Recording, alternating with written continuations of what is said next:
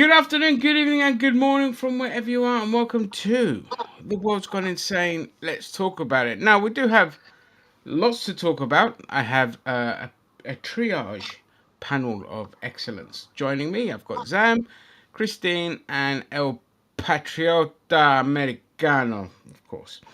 Um, that's as patriotic and as American as it gets with his Alabama internet, and he keeps dropping out. Brilliant. So anyway, we've got lots to talk about, but in a slight addition to that, we're going to start with Mr. Will Smith. So you guys want to take it away before we get into all the other subjects? Yeah, and before I introduce Will Smith, I want to quickly say, Kevin Nash, I fucking salute you. You are a big, sexy, lovely man. All right. Ooh, what did Kevin Nash do? Oh, you tell me later. Kevin Nash is standing up for the little man. Let's just say that he's a gorgeous guy. By the way, Will Smith, and this is my array of TikTok things I've already saved for later. Will Smith, he's in London. He did a gig in fucking King's Cross. And no one gave a fuck. Spend it on you and your bestie, you and your twin on your jet ski. I'll change your life if you let Is it me. copywritten, is it? I don't know.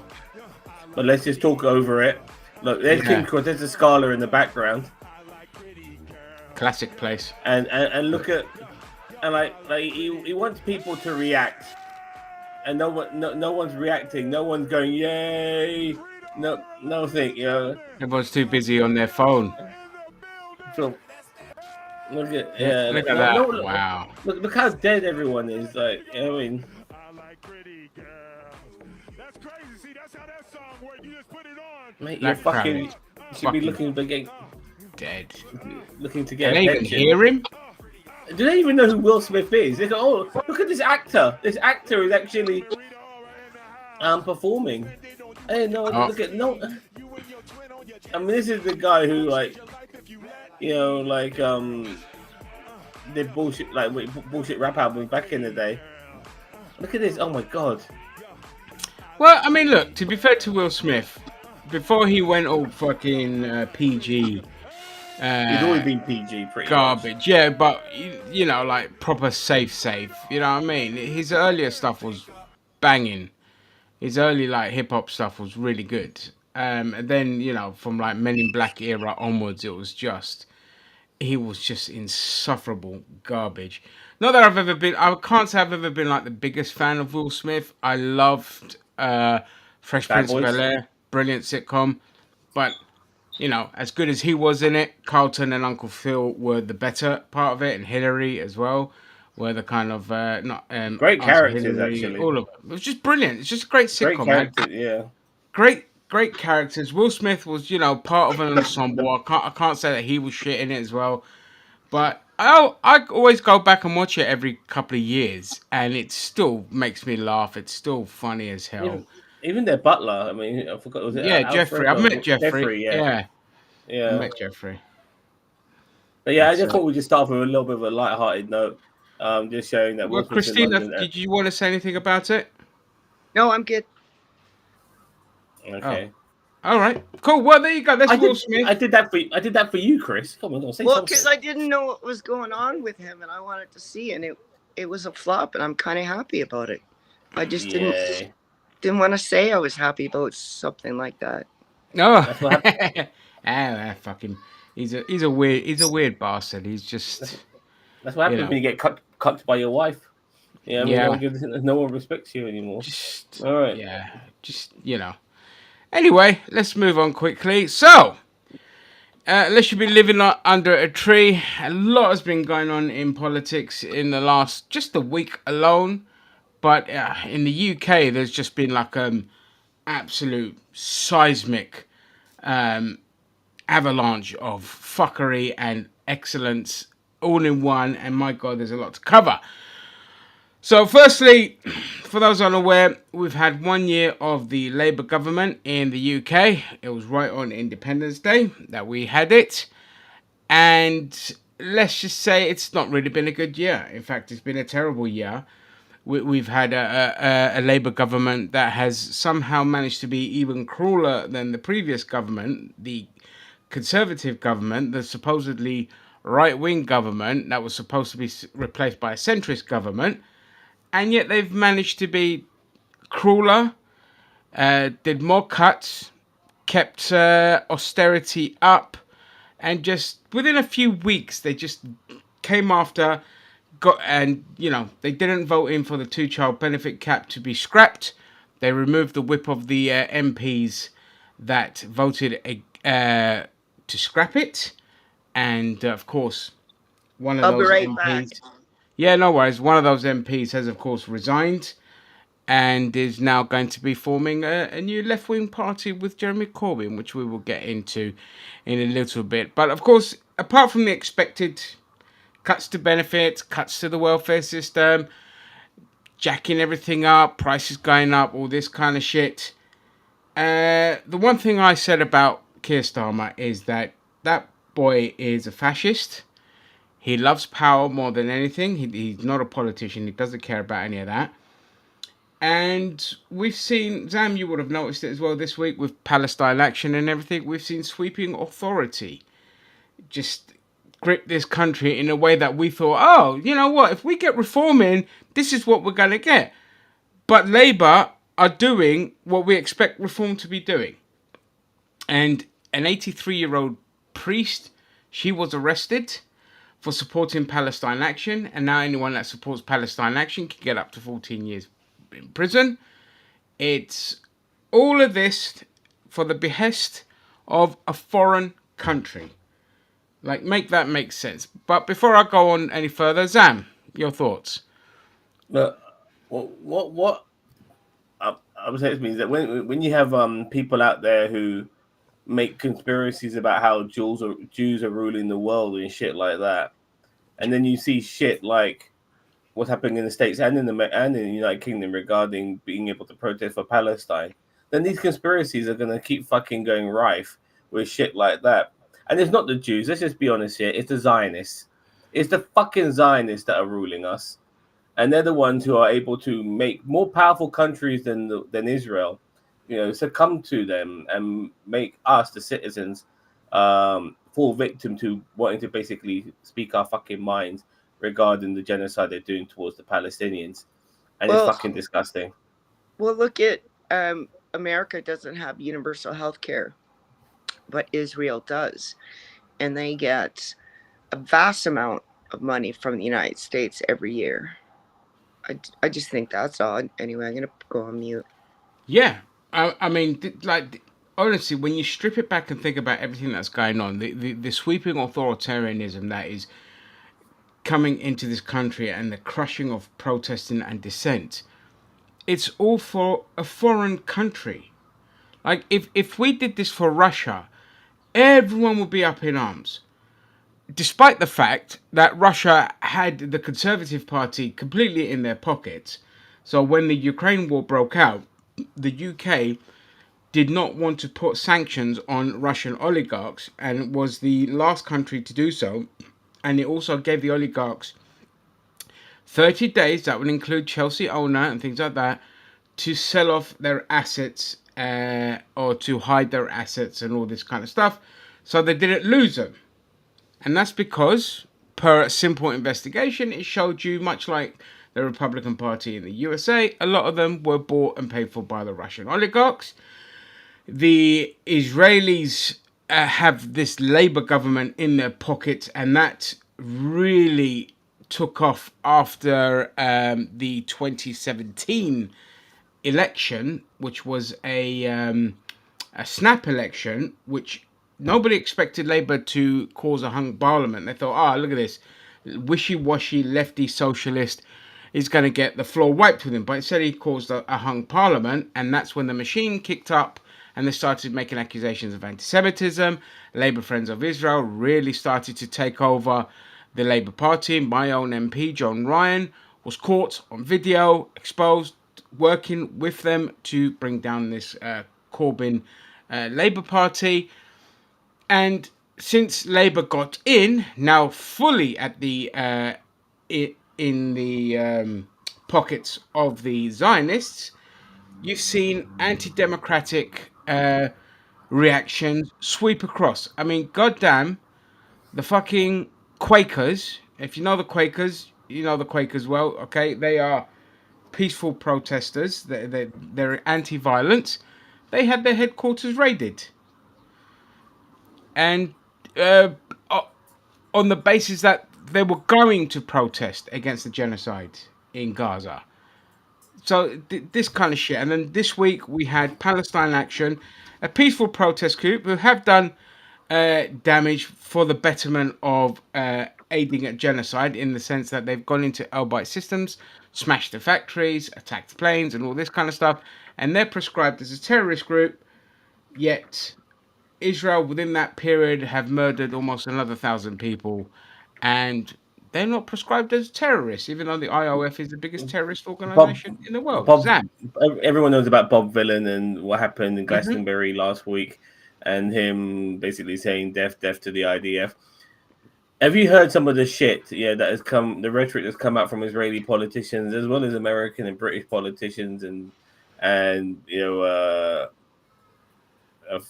people who are aligned with the IDF and Zionism and all of that shit. They have said stuff which is far worse. You know, Yeah. they want to see fucking Gaza turned into a parking lot and shit like that. You know, flatten, kill them all, and all of that sort of stuff.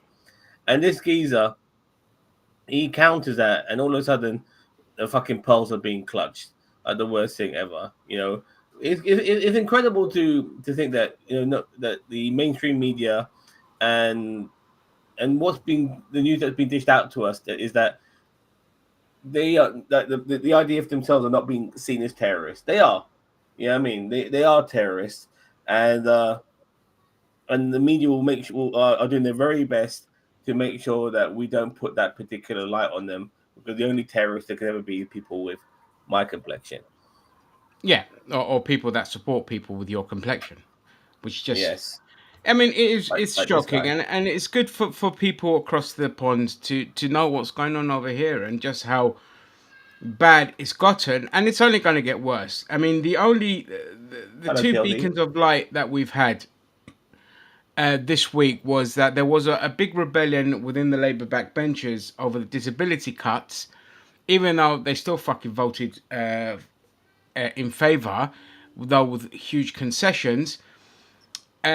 I personally think that they could have gone for the jugular and just killed Starmer off as leader, and forced a reshuffle of the cabinet. It would have been But another yes man, James. of course, but the point is the more chaotic things get in there, the more chance you have of getting somebody who can actually force through some left wing policies within the party. Though I hold no hope. I'm not here to sound the sirens of hope within the Labour Party, and I'll get to that in a second.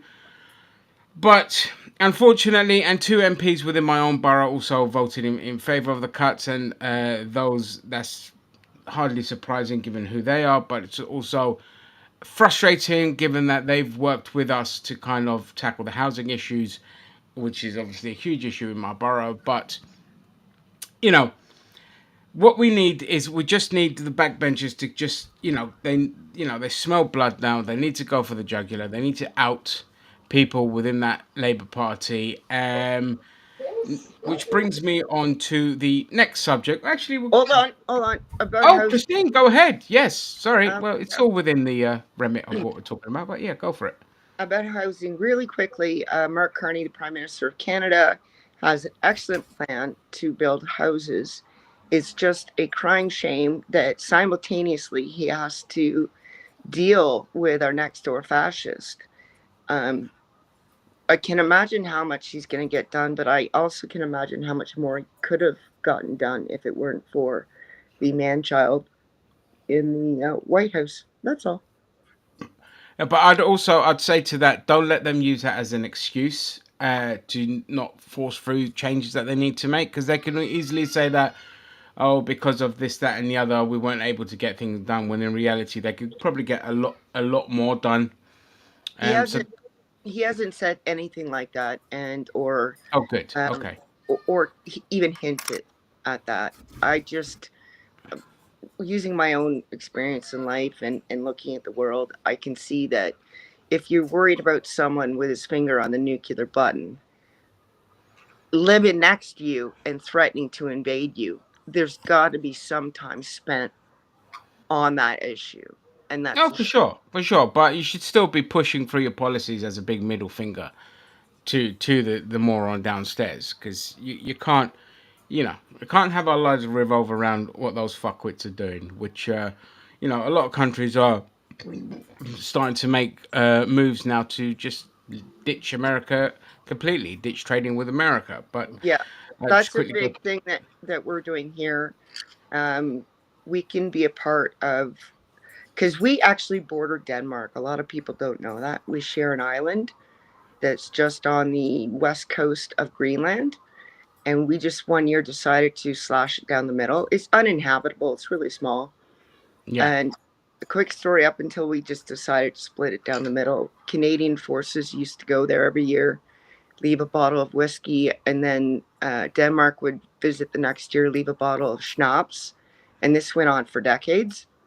Oh, they Till we, don't do it anymore. no, we finally just decided to split it down the middle. But, Oh, fair enough. but we are attached to the United Europe, so we can be a part of the European Union technically, and I think that's what we're going to use that island for. Oh, well, hey, we'll bring Canada in. My God, that'd be a powerhouse. But you know what? Europe, the EU will force through. Tell you have to do austerity and adopt the euro, because Germany and France need to siphon off the money uh, from your country, even though you've got bigger economy than them. They're still going to make you want to do that, because they're forcing every country to do that. Croatia joined the euro, and they made them do austerity despite their fucking economy doing really well. And now my neighbor, who's Croatian, is complaining everything's gone up. I'm like, of course it's gone up. What used to cost you 1 penny is now costing you €1. That's what's happened in Greece. It's a complete disaster. But on that note, Well, uh, maybe just as go on. trading partners. Yeah. That's Oh fair. no! Okay, on that note, let's just quickly I wanted to say hello to everyone in the chat. I feel like we've been ignoring them. I'm trying to do our best. Well, Mr. yeah, System, I'm not. I'm not Featherverse, ignoring them, Baroness. Jam. Don't worry. I'm not ignoring No, them. no, I'm I'm reading the not saying you. comments. I said we. Yeah. TLD, cousin Cheeto, even you, Rick B. You pick me, you. And there's one guy from America. America number welcome, one. welcome. We're going to try to get to all of your comments and subjects as soon as we can. Including obviously the flooding in Yeah. Texas as well. We're going to After get to that. after this section here, I'll get to the comments. Don't worry.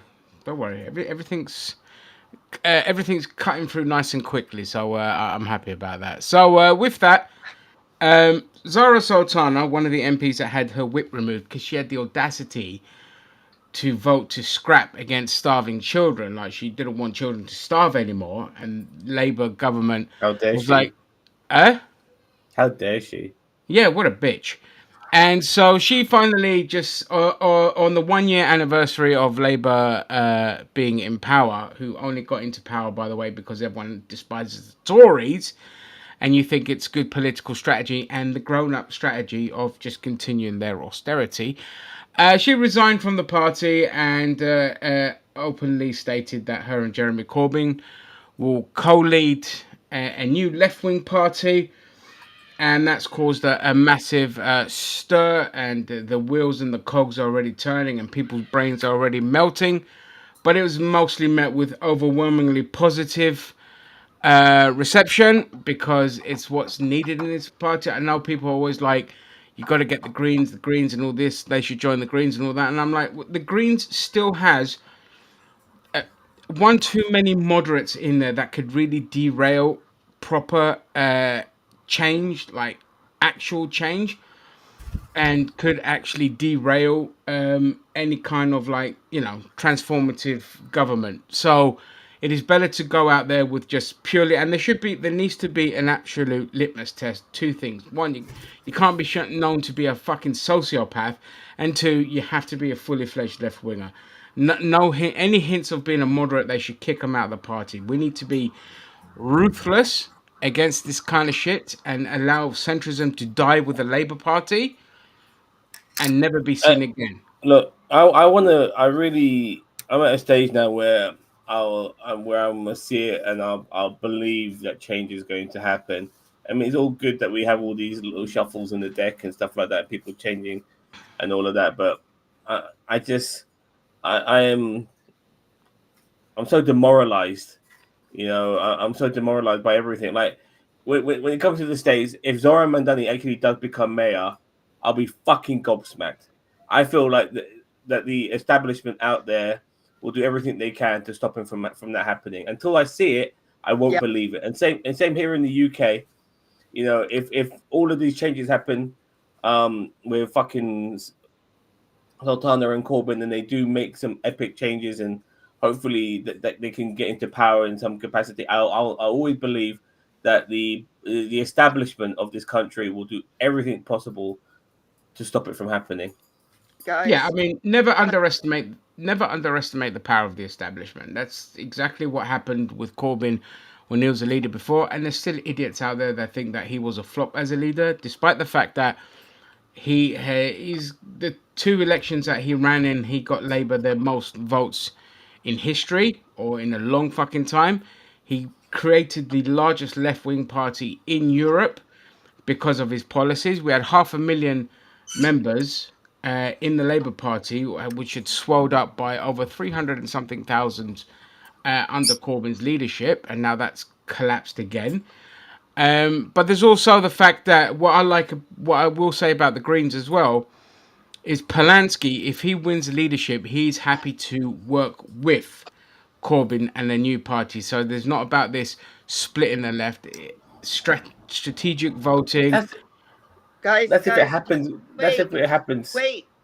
I'm Yeah. sorry. I can't do this today. I promised myself that I'm going to continue to fight for what's right.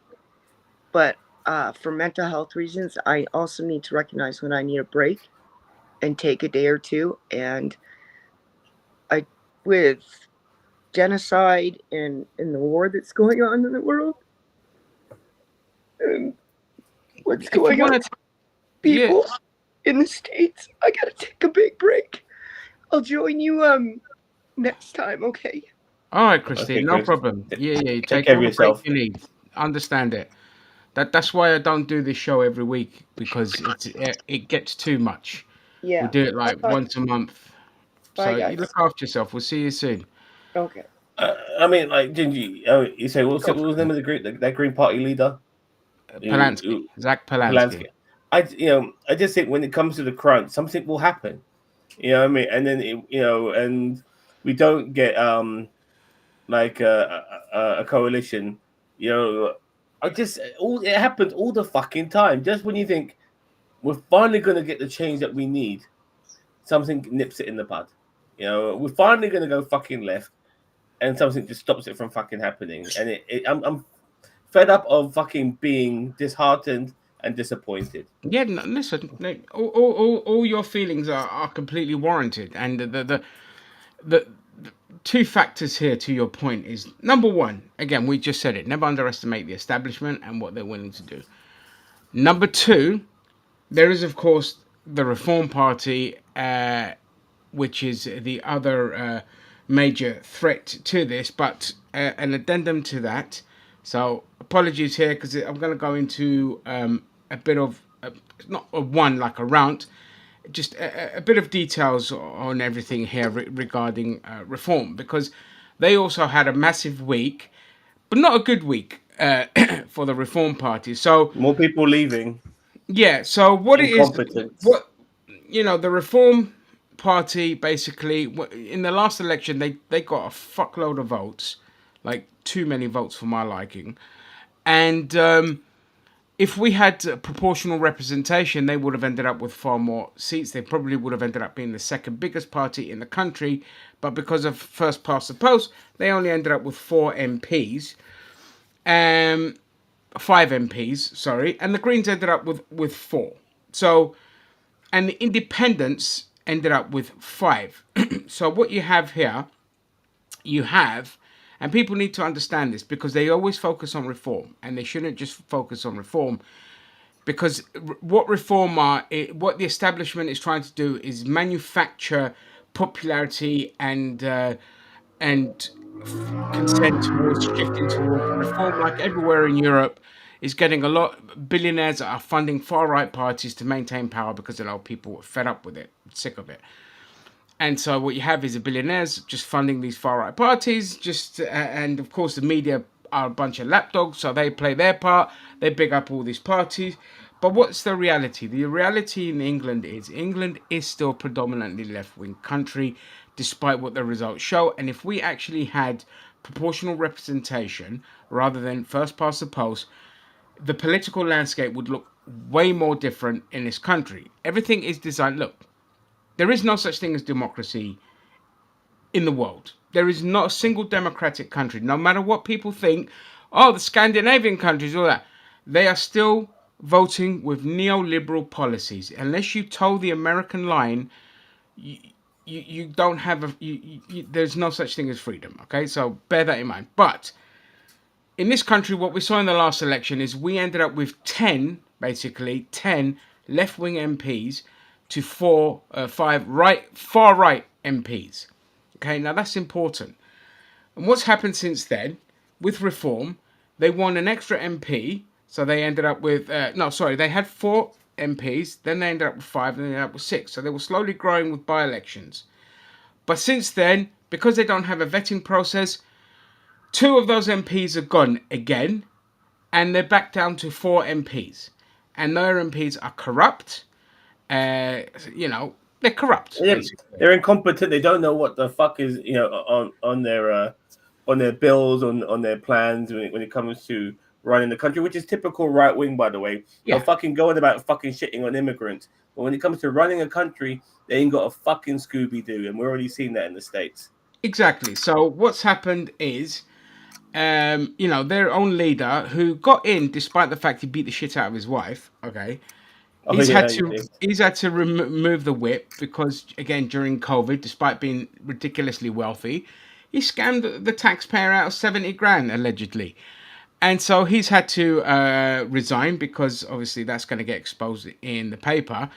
And then reform in the council have completely collapsed. They don't know. They literally said they don't know what they're doing. They've put teenagers in charge of like family They're and copying the friends. Americans. They're copying the Americans. They're always copying the Americans reform. Always, yeah, of course. Copying MAGA.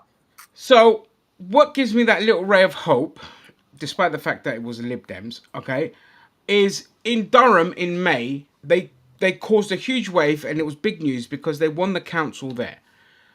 In May, exactly 2 months ago, they won that seat.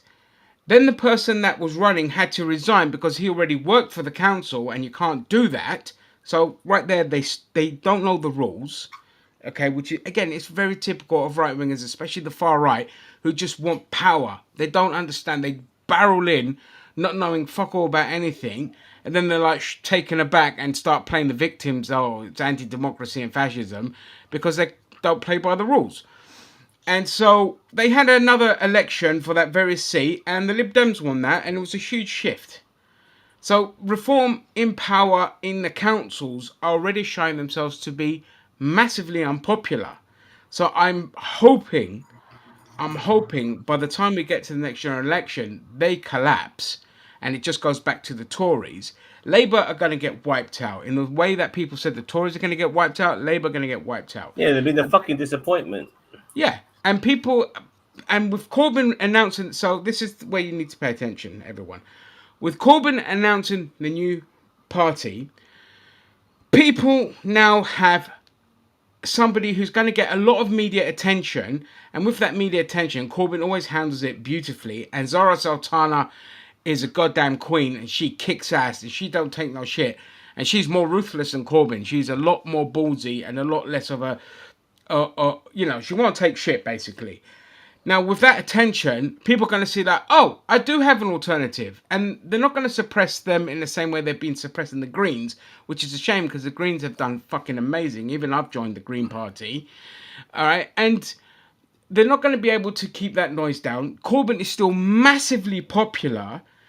And when it was announced, Sam, when it was just announced at the hint of this, he jumped up to 4th in the polls, a 10% shift, and most of the numbers, the people that took the biggest hit were Reform and obviously Labour Party. And he hasn't even got a party out yet. but just the announcement of it put him up to 10 points. Well, this is It's where I'm getting 10%. concerned now because you mentioned the media will put a spotlight on him. I feel that this is going to make the media not put a spotlight on him. They're going to pretend that he doesn't fucking exist. Well, the thing is, they're going to try and again, the mistake the media are going to make is they're going to try and claim he's anti-Semitic and all this kind of stuff, and they need to Won't be work careful now. because they'll still try and do it. They still do it to this day. No, Every time it's no, on they'll TV, do it. they'll They'll do still it, but do it it. won't work. But it won't work because number one, nobody gives a shit about that anymore. Number two, he's sued people that have called him that, and he's won. So there is some level of optimism there. Of course, we have to wait and see because we're also dealing with a country full of people that are really fucking stupid. So there is that. But at least, unlike the States, there is a glimmer of hope here. And it's just up to us to focus locally, get your local candidate elected, and everyone does that for the betterment of their community and a person that fights for their community. Then on a national scale, you end up with a bunch of candidates that actually give a fuck in general about the betterment of people's lives. So Zam, I'll go to you, and then I'm going to come to the comments, guys. I'm sorry, I just because I had a lot to talk about and wanted to get out of the way, No, so we I, can go I, to America. I'm just like I said. I'm always worried about these things and change and all this sort of stuff. I'm worried that certain people have already embedded themselves with particular political alliances. You know, the damage MAGA has done to the world, where now people are trying to copy them. The Reform Party is basically copying MAGA in every aspect, and Trump has so much admiration all over the world from various right wing dickheads, including the dickheads in our country. Um, I feel that even though this is a good change within our country with Sultana and Corbyn, I don't know how much more they can get out of reform because there'll be some people who never want to vote for woke Corbyn or the fucking immigrant. You know what I mean? Or and stuff like that. Yeah, but And I'm sorry, obviously, pardon, don't I'm get me sorry, wrong. mate. And then I remember the last time Corbyn ran, all the right wing fucking rags, they were fucking ripping the shit out of him. You know, Corbyn and stuff like that. He's in the bin. The Sun obviously doing what the Sun does, which is basically tell people which way to fucking go and what direction to go and all of that shit. I know things have changed. I know social media plays a massive part and stuff like that. And I'm hoping the younger voters really do what they need to do and fucking get out there and fucking vote and all of that sort of stuff. I'm worried about things like political assassinations now. You know, I'm at that level now. I'm at that level where I'm Yeah, worried about shit like that because yeah, we're in. I think these are the sort of times that we're living in. You know, with what fucking Trump has done when he was president the last time round, when he fucking killed that general in Iran and shit like that, and obviously what happened to Jamal Khashoggi and shit like that. I am deeply concerned that if we get very close to something like this, all our hopes will fucking die because somebody will take him out.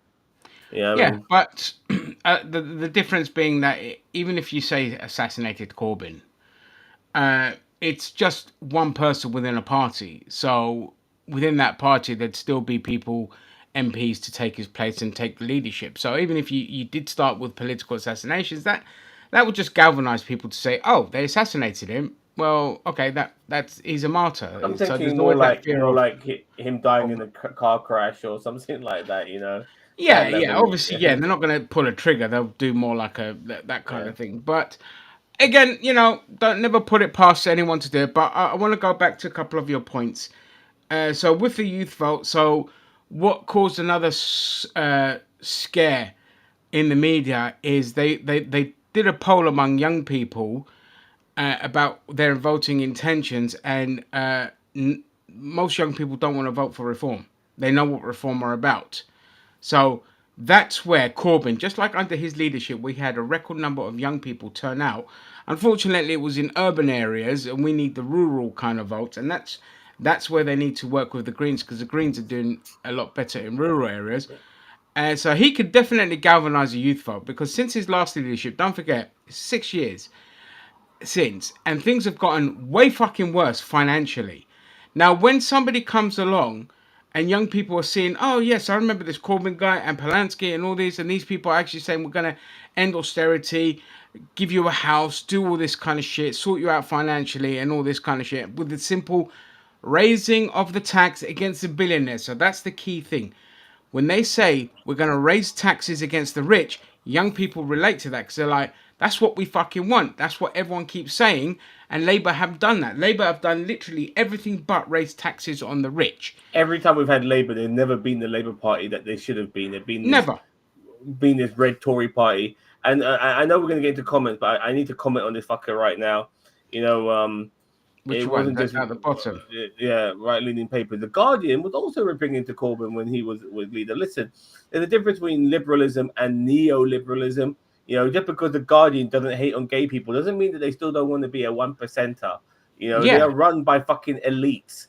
Yeah, and they don't want to fucking change the economical landscape in this country where people like you and I and Ginge have it financially a lot more better off than the fucking guys who the editorials who fucking run the Guardian in the first place.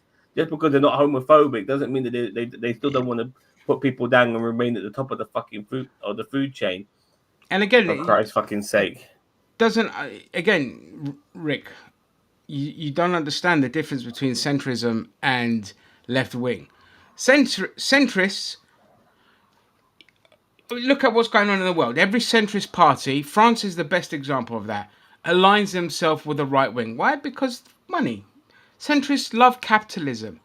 They love capitalism. They never want to let go of capitalism. They never want to let go of neoliberalism. So they're always going to align with the right wing. In France, the left-wing party helped Macron stay in power and kept the far right at bay. And what happened? Macron was like, I'm still not going to work with these people. And he put in a right-wing prime minister. So this is why I always say centrism more than anything needs to die, because they get in the way of progress. Because every time the right wing come in, they're so incompetent that we vote for the lesser of two evils. Unfortunately, the lesser of two evils always sides with the evil, and then we end up in this merry-go-round, and this is why we shift further and further to the right. If we kill off centrism for good, okay, then we can start to actually see some progress. And if I'm the new left wing party, one area I would target as well is wherever the Lib Dems are, as well, because we need to get the Lib Dems out of the way, because I don't fucking trust those fuckers. Although I'll take them over Labour. Like, don't get me wrong.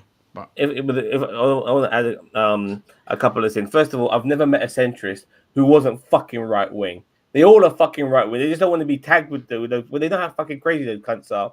At the same time, they still want to be aligned with them. They're self-aware, but they want to call themselves centrist. They dare not call themselves fucking leftists ever. Yep. For a start, and another thing as well. Moderate. Another thing as No, well. you're right, There is a third side. People say right and left are the two sides. Well, I'm on neither side. I'm on the center. Center is a side, if you want to call it that. You know, it is a side. It's still a side that you decide to fucking choose. And never say that you're not on the fucking side. You are on the fucking side, and centrist is just as much a side as the left or right.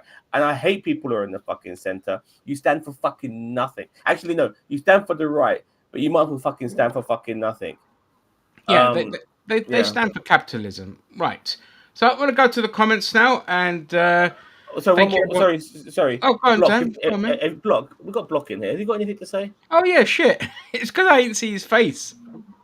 Oh, you guys, because yeah, I don't know a lot about what's going on there in Britland, but yeah, pretty much globally, it seems like a lot of countries are going more right than they were. Like, I know, what was that, Chile that elected that right winger, and just everybody's like, oh man, things are really bad. Let's make it worse by giving the rich more money. Like, I don't get it.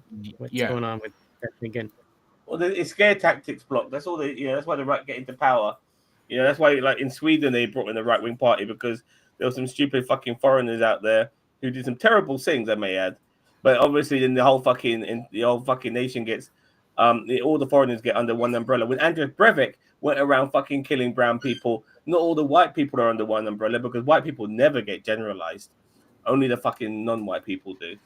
Yeah, exactly. I just don't get it that, like, when the right runs, most of the time, they don't offer anything to make anyone's life better. Basically, it's just get the rich richer. They don't outright usually say that, but that's one of their MOs.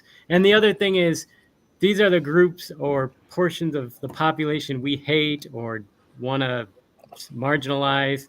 So we're going to attack them. So you should hate the same people we hate. So you should vote for us. Like that's their whole Yeah, I thing. mean, Like I don't. sorry, they indulge in culture war. That's the only thing they have is indulging in culture war, and they need an enemy for you to focus on, so that you're distracted and you don't actually see the state of it. And because when you attack education, and let's face it, like the UK and the US aren't exactly the most best educated people when it comes to politics. Okay, especially here in the UK. Fuck me. Um, you don't understand the nuances of what's going on, and you just think, foreigners bad, foreigners taking all my money, and it's just like, you dumb motherfucker, because you've been propagandized to think the rich are going to save you. It's all the saviors are going to be the rich. Even with Hollywood, it was always like, oh, look at the woes of the rich people. Every sitcom that's like rich people problems, and every like show like your Dallases and all that, it's the problems of the rich people. How often do you see shows, mainly in the US, about the daily struggle of poor people, and then a simple trip to Bit the too close to hospital home. is gonna go bankrupt. You know what I mean? I think Shameless was probably one of the closest ones. Yeah. Yeah, I mean, and yeah, exactly. And regarding this comment here, we're going to start doing the comments. Obsession with the workers has killed the love. What does that mean? What does that Yeah, mean? we'll go to that in a second. We'll go to that in a second. I'll come back to that. So I'm going to start up all the way back up here. So Angela Rayner will be PM soon enough, which will be good for you and my ex, because it will give loads of material for our No Brainer with Angela Rayner YouTube channel. Cool. If you actually got a YouTube channel called No Brainer with Angela Rayner, it would be fun to see you running that if she does get in. I'm not against Angela Rayner getting in there because she's a bit of a centre left, but I don't hold any hope. Keir Starmer's going to cling on to power, and he'll destroy everyone that gets in the way. But hey, look, the more they fight, the better it is. On positive news, I saw the UK has had its lowest emission since 1876. But well done. Yes, to be fair, there has been. Although let's not get our hopes up, because they've scrapped a lot of plans here in the UK to go greener. Because again, we're in bed with the fossil fuel companies. But emissions are dropping, especially around the city of London. But it comes at a cost, and the cost is they attack cars, and they attack the way they're attacking cars in this country. And Zam, you can relate. You're a cabbie. The way they're attacking cars in this country and closing roads, they make it living hell for the person that needs their car. And it's not like you have a cheaper alternative, because public transport, especially in London, is fucking expensive. If you want to get a train, it's fucking expensive. It still costs less to run a car. And so we're moving in that nice direction, but unfortunately, the working class are still paying for it and still suffering as a result. And if you go to our London on Reddit, I fucking hate those guys with a passion, because I'm always trying to explain to them road closures and greener spaces. We spend all that money on that, and we're not fixing the crippling poverty that we have in this country. And so I get really frustrated with that. I'm like, you need to focus on one, and then the other will happily fall into place, because with people not having to live further and further away and travel back into the areas where they work, you can then start eliminating roads and the need for roads. And if you make public transport basically cost peanuts. There was a video, I don't know if you saw it, Zam, of that woman that's moved from America to China, and she was talking about the daily cost of her life. I've seen videos like that, and yeah, Right. it's so much. I've seen videos like China is just so much better living. Yeah, but I mean, just a small example to take from that. It's like costing her 28 cents a day to use public transport, and that's what it should. If it was like that, I wouldn't use my car for anything more than just shopping, and that's shopping because I've got a lot of bags to carry and too heavy, and I'm disabled, so I can't walk that far. profit's a dirty word, man. That's what I keep, Yeah, profit is a dirty word, unfortunately. So there is that, but on the emission side of it, it's good news, because that causes a lot of health problems. And let's be honest. Let's see. I wanted to get onto the roads a little bit more because, Oh, sorry, Zan. Yeah, sorry, mate. like for instance, like Oxford Street. There's only certain sections of it I can drive now, unless it's after 7 p.m. and I can drive on all of it. Same with the city area of London, like your banks and monuments and all of that shit. There's only certain bits of road you can drive on nowadays, and even that section of Camden where you have all those tattoo shops and souvenir shops and shit. They've permanently closed that road now. You can never drive on it ever again. There's a barrier there, which can obviously open if there's an emergency, but it's done. You can't drive on it So they've anymore. permanently closed that fucking road now. That little section there, that little section with all Yeah. the tattoo shops and with the big boot sticking at the fucking top of the shop and Yeah, all yeah, of that shit. road, and it takes Yeah, you yeah, towards the yeah. stables. Yeah, and all of that road is closed. Yeah, because they're going to pedestrianize it completely. And yeah, And have you it's seen their crazy. plans for central London as well? I mean, well, they've already closed off bits of Trafalgar Square, so I have no idea what they're going to do for the rest of central London. I mean, So they're going to I drive around pedestrianize it. the whole of Oxford Street, right up until Oxford Circus Station to Tottenham Court Road, and also Piccadilly as well. They're going to Okay. pedestrianize all of that. How they're gonna but there's a whole bunch of shops there that need shit. They need lorries and shit to fucking fill those shops up. You know what I mean? Like, how's that going to be done? Like, Hey, listen, Deliveroo. environmentalists don't have a fucking answer to that. Even though I keep telling them that, I'm like, how are you going to get your stuff delivered all the time? You as the consumer. And they're like, well, that's for them to figure out. It's like, oh, so you're happy for them to pedestrianize things, but like a right winger, you haven't thought this through. I said, you, the very fucking person that probably lives off of Amazon and Deliveroo and Just Eat and all that kind of shit, and you don't think these things through. It's like, it's crazy. The attack on cars in this country Like, it sickens me. even today, like, you know, I was really pissed off because my last job today, and I had so much work. I've been working since 8 o'clock this morning, and my last job today, and I made a lot of money. I'm not complaining to that degree, but I had to pick up somebody from Heathrow Airport and drop them to fucking Canary Wharf, which is basically West London to fucking East London through Yeah. Central London. Luckily, it's a Sunday, so it wasn't too bad, but still, there was a fuck ton of traffic. You know what I mean? And I had to, at one point, go south of the river because the Victoria Embankment, which used to be 2 lanes, but now it's become fucking 1 lane because they've given cyclists a whole fucking lane, which hardly those fucking cunts use. They're still on the fucking road I drive on, those fuckers. You know what I mean?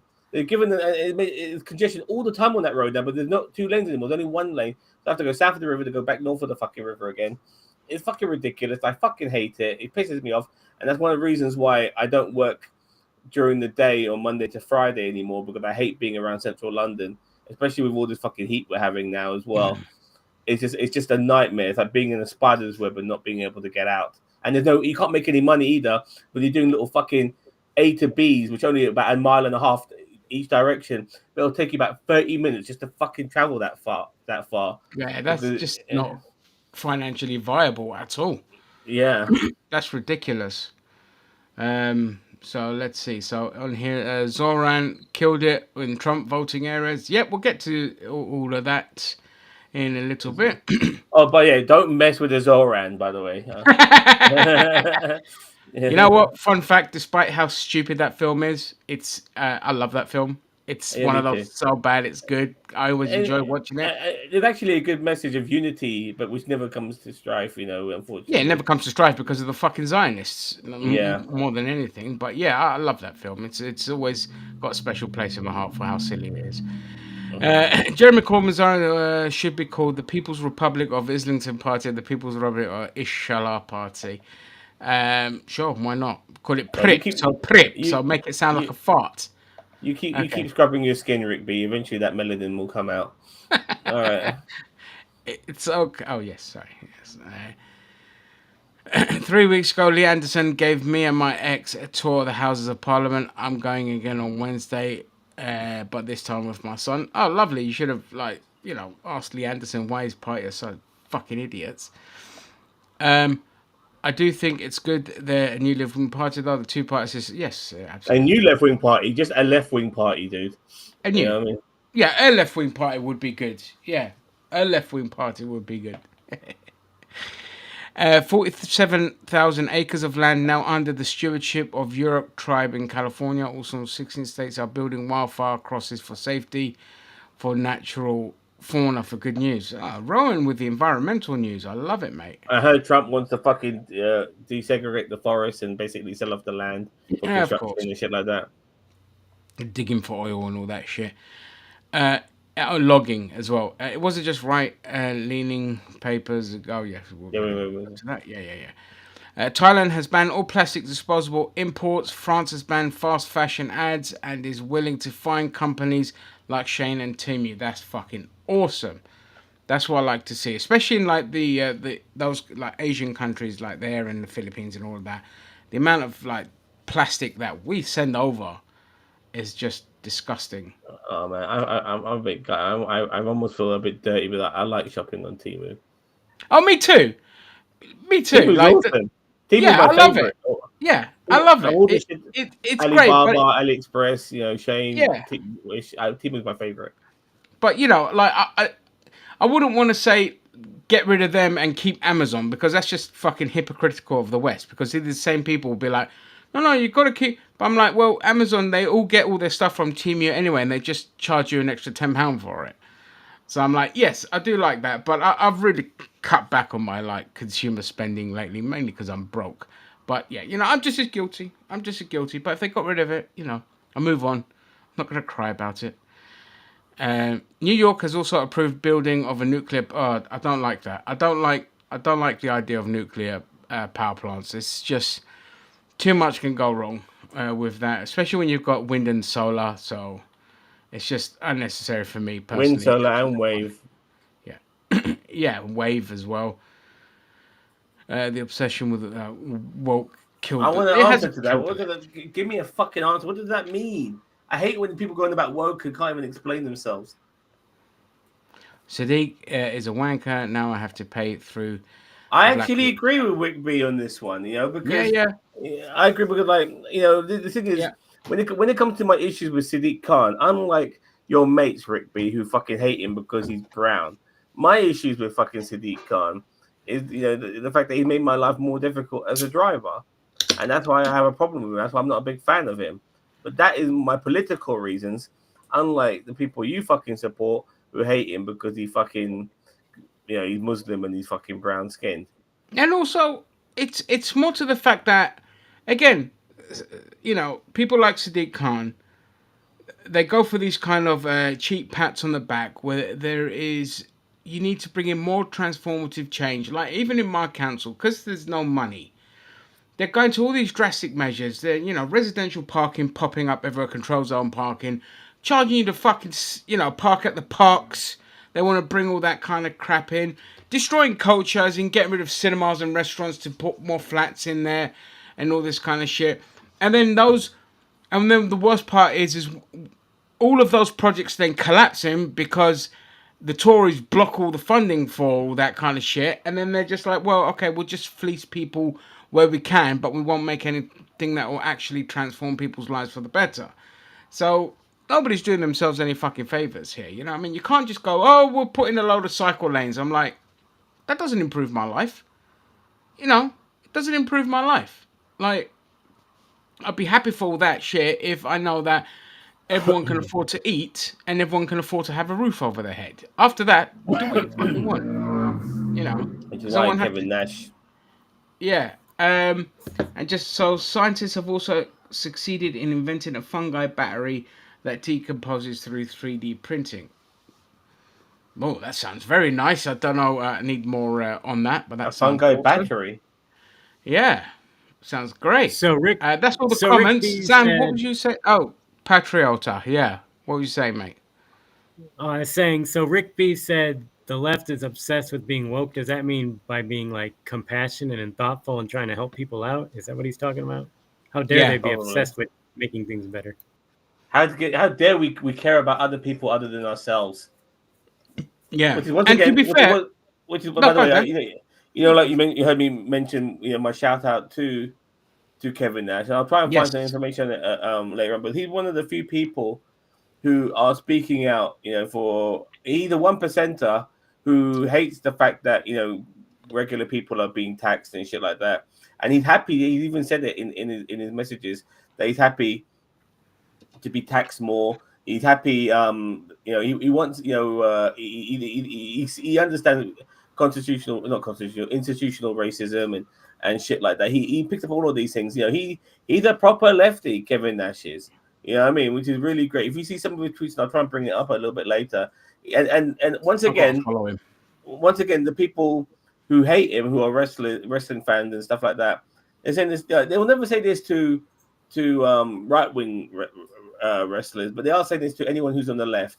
They're basically saying stick to wrestling. Like, like no one. If just say your job's a builder and you speak about left wing shit, no one's gonna tell you stick to building. You are allowed to have a job and have an opinion in fucking politics. You know what I mean? And this is what fucking Kevin Nash is saying, and it's so good that we're getting more people, or some people, who are speaking for us, who are in the public eye. Kevin Nash, oh my god, I never knew how much I could like this fucking guy. I'll never make another quad joke ever again. I'll tell you what though. I mean, Kevin Nash, like that guy, I might have my issues with him in terms of his wrestling career. Not his career, because I like the guy as a wrestler and some of the stuff that he did and all of that. But the kind of backstage politics and the kind of money and just not getting out the fucking way when your time had come and all this kind of stuff. But as a person, he always comes across as like just a no bullshitter, down the line kind of guy who always sticks up for the right thing. Like the guy, I just remember once seeing him in a show or a film, and he was just playing a gay person, just casually playing a gay person. I was just like, oh fuck, I didn't realize that about Kevin Nash. He's like pretty chill in that kind of regard, and like yeah, he's always like sticking up for like gay people and gay rights, and all Yeah, that. I think you're talking about Magic Mike. Yeah. No. He wasn't a gay person in Magic Mike. He was in Magic Mike, but it's in another film where he's like the dad to one of the stars, and he's like gay.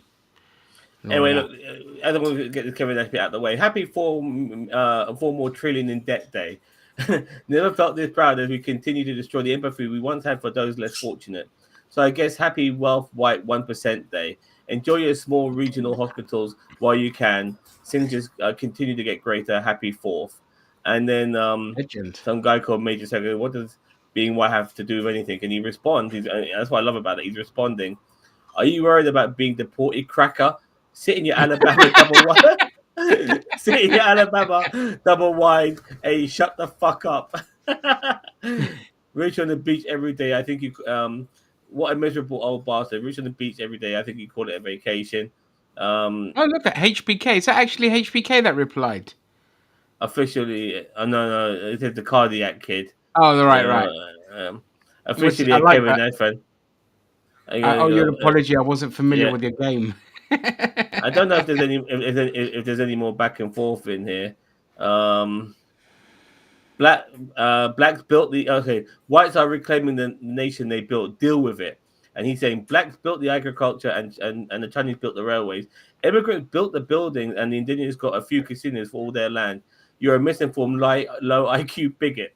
We won't deal with you shitbag. I mean, this is fucking genius. Like, that's what I'm telling you, man. Oh, sorry, birds. This is what I'm fucking telling you. Like, this guy's fucking awesome. We got any more? I think there's a bit more. I don't know if he's saying any more. But Kevin, but there are people who are upset with him and stuff like that. But to your point that you said earlier about like, oh, he shouldn't have an opinion of it or something, just do his job. It's like, well, hang on a second. He's a wrestler and very much a worker, a man that destroyed his body for the sake of entertaining people in an industry in the States where they are only seen as independent contractors, and also if they get released they can't compete for the competitor for 90 days.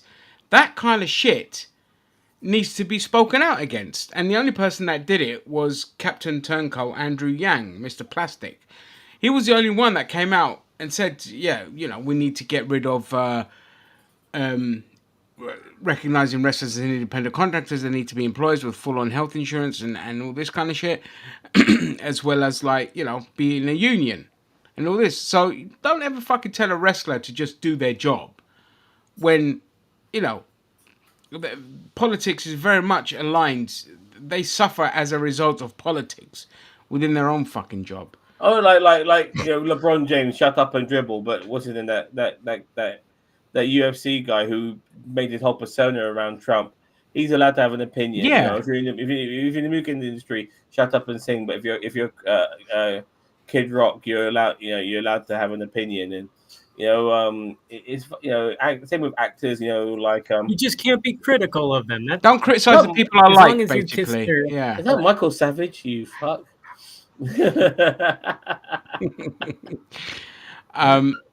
But yeah, I mean, sorry, I just got to this comment here. The left went too hard and fast, pushing woke ideology like representation, pushing Oh, like trans equality. stuff. Yeah, so equality. They went too hard on pushing back against far right hatred and racism, and it wasn't it. The woke thing came out of the fact that people just had enough of racist abuse and anti-trans rhetoric and anti-gay rhetoric. Okay, and they pushed back on it, and it scared the shit out of the right. And they worked very, very well in demonizing progress. And here we are today in 2025, where trans identity is being erased here in the UK, which was one of the leading countries, by the way, for progress for trans people. Okay, and that's now been destroyed. So I never want to hear dickheads like you come here and talk about the woke this and the woke that, when the far right or the right wingers do far more damage in destroying society, destroying progress, murdering millions of people, okay, for the sake of maintaining wealth. So for no reason other than a few pissed off Oh shit, children man. or distraction tactics, we've completely destroyed trans people's lives. Just here in the UK Yeah, alone. yeah, You know because what I mean? these fucking churchgoers get hard over seeing them. And by the way, I want to quickly, and I love you, Rowan. So please don't think I'm having a go at you. But Joe Rogan on his podcast finally said he thinks healthcare should be socially funded, not private. He's actually said that before when he had Bernie Sanders and said. But the thing with Joe Rogan, his ideology changes like the wind depending who he has on his fucking show. Yeah. So fuck Joe Rogan. Yeah, even if he does change for the fucking good, he can still always go fuck himself. And that conveniently brings us right to Elon being done this week. So yes. it's been a while since we've had our man Elon kind of pop up in the news. He went a bit quiet for a bit, with only a few rumbles. As you compare it to before, literally every fucking day was something with this guy. But of course, Mr. Musk, the patriot, the true American from South Africa that he is finally doing what we've all wanted. He's launching a new party, the America Party. And as you know, of course, it is to serve the people. It's to give the people what they want, not the richest man in the world what they want. Ladies and gentlemen, your thoughts on this? I'll go to a block first and I'll come to you, Zam. Finally, America is winning again. Look, I know people have doubts that he's just going to pay for, fun candidates that are going to support him and his rich buddies. But let me tell you, that's exactly what's going to happen. So you don't need to assume anymore. Everything's going to be all right. Zam. Actually, funny enough, me and Block did speak about this, about how he wants to start funding his own party, but who the fuck's going to join? Yeah. Who's going to fuck going to join him? But nobody, there are maybe a few dickhead centrist Democrats who might want to join him, and maybe a few Republicans who are feeling a bit disillusioned with Trump and thinking they might be on a sinking ship, who might want to join him. But no, Democrats have already seen what Elon Musk is. They know he was a Trump sycophant. They're not going to just forget that and start joining him. The Trumps lot are all in on Trump. We've already seen that when Trump and Elon had their initial feud, where Trump, if you remember, said that when Elon said that Trump is on the Epstein files. Let's never forget that one, And they didn't give a fuck that their fucking glorious leader is a fucking nonce. They still stuck with Donald Trump regardless of what Elon said. So if Elon does start a party, I don't think he'll get as many people as he wants. American people. He needs Americans, by the way. He might have fans all over the world, but he'll need Americans to join his party. And I think more of them are too loyal to Trump to ever join Elon. Yeah, I mean, I mean, if Trump croaks, let's say Trump croaks tomorrow for whatever reason, chokes on a McRib or whatever, people are going to have to rally behind someone, and they're not going to rally behind JD Vance. So maybe Elon is like There's a good chance. his version of the answer. There's a good chance, but at the end of the day, I've seen like Donald Trump. Basically, his whole family will turn into a fucking monarchy in this country, and if somebody like fucking Trump Jr. decides to run, they're more likely. I think they're more likely rally around him as the essence of Donald Trump. It's something they can get as much Donald Trump as possible. They'll go for his son, than Elon Musk, in my opinion. Yeah, 100%. I think with Elon, like, look, Elon he's massively unpopular now on both sides of the political spectrum. And Democrats saying that they're happy to work with him just shows you how fucking stupid they are. But he's done for, and I personally don't think. And let's take away the fact that to launch a party, another party in the states, every state has different rules and regulations for it because democracy, my ass.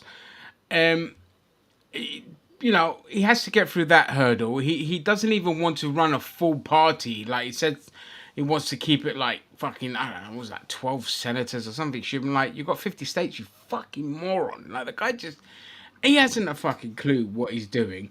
This is just going to be another one of his brain dead ideas. It's not really going to go anywhere. It'll fade out. He'll lose interest.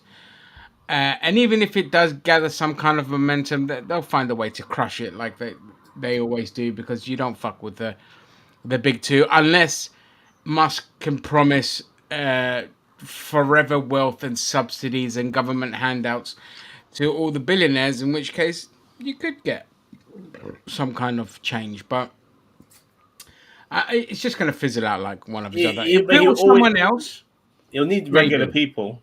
He's not good that he has the billionaires in his corner because he's a billionaire himself, but he'll always need regular people unless they figure out a message which they can somehow, leverage Trump supporters away from MAGA onto his side. And the fact that he's a foreigner as well, people will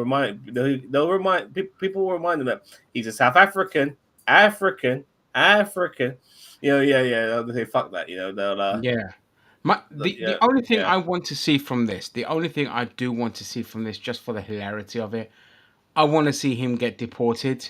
So if he does think about launching this party, Trump will be like, "Oh, fuck this guy, take him away," and that would be for me the only good thing Trump would have done in this term. Well, actually, there's two good things that he's done. It would have been this and taking away foreign aid, meaning that he can't indebt third world countries anymore. Okay, yes, they're going to suffer now, but other countries will pick up the pieces there.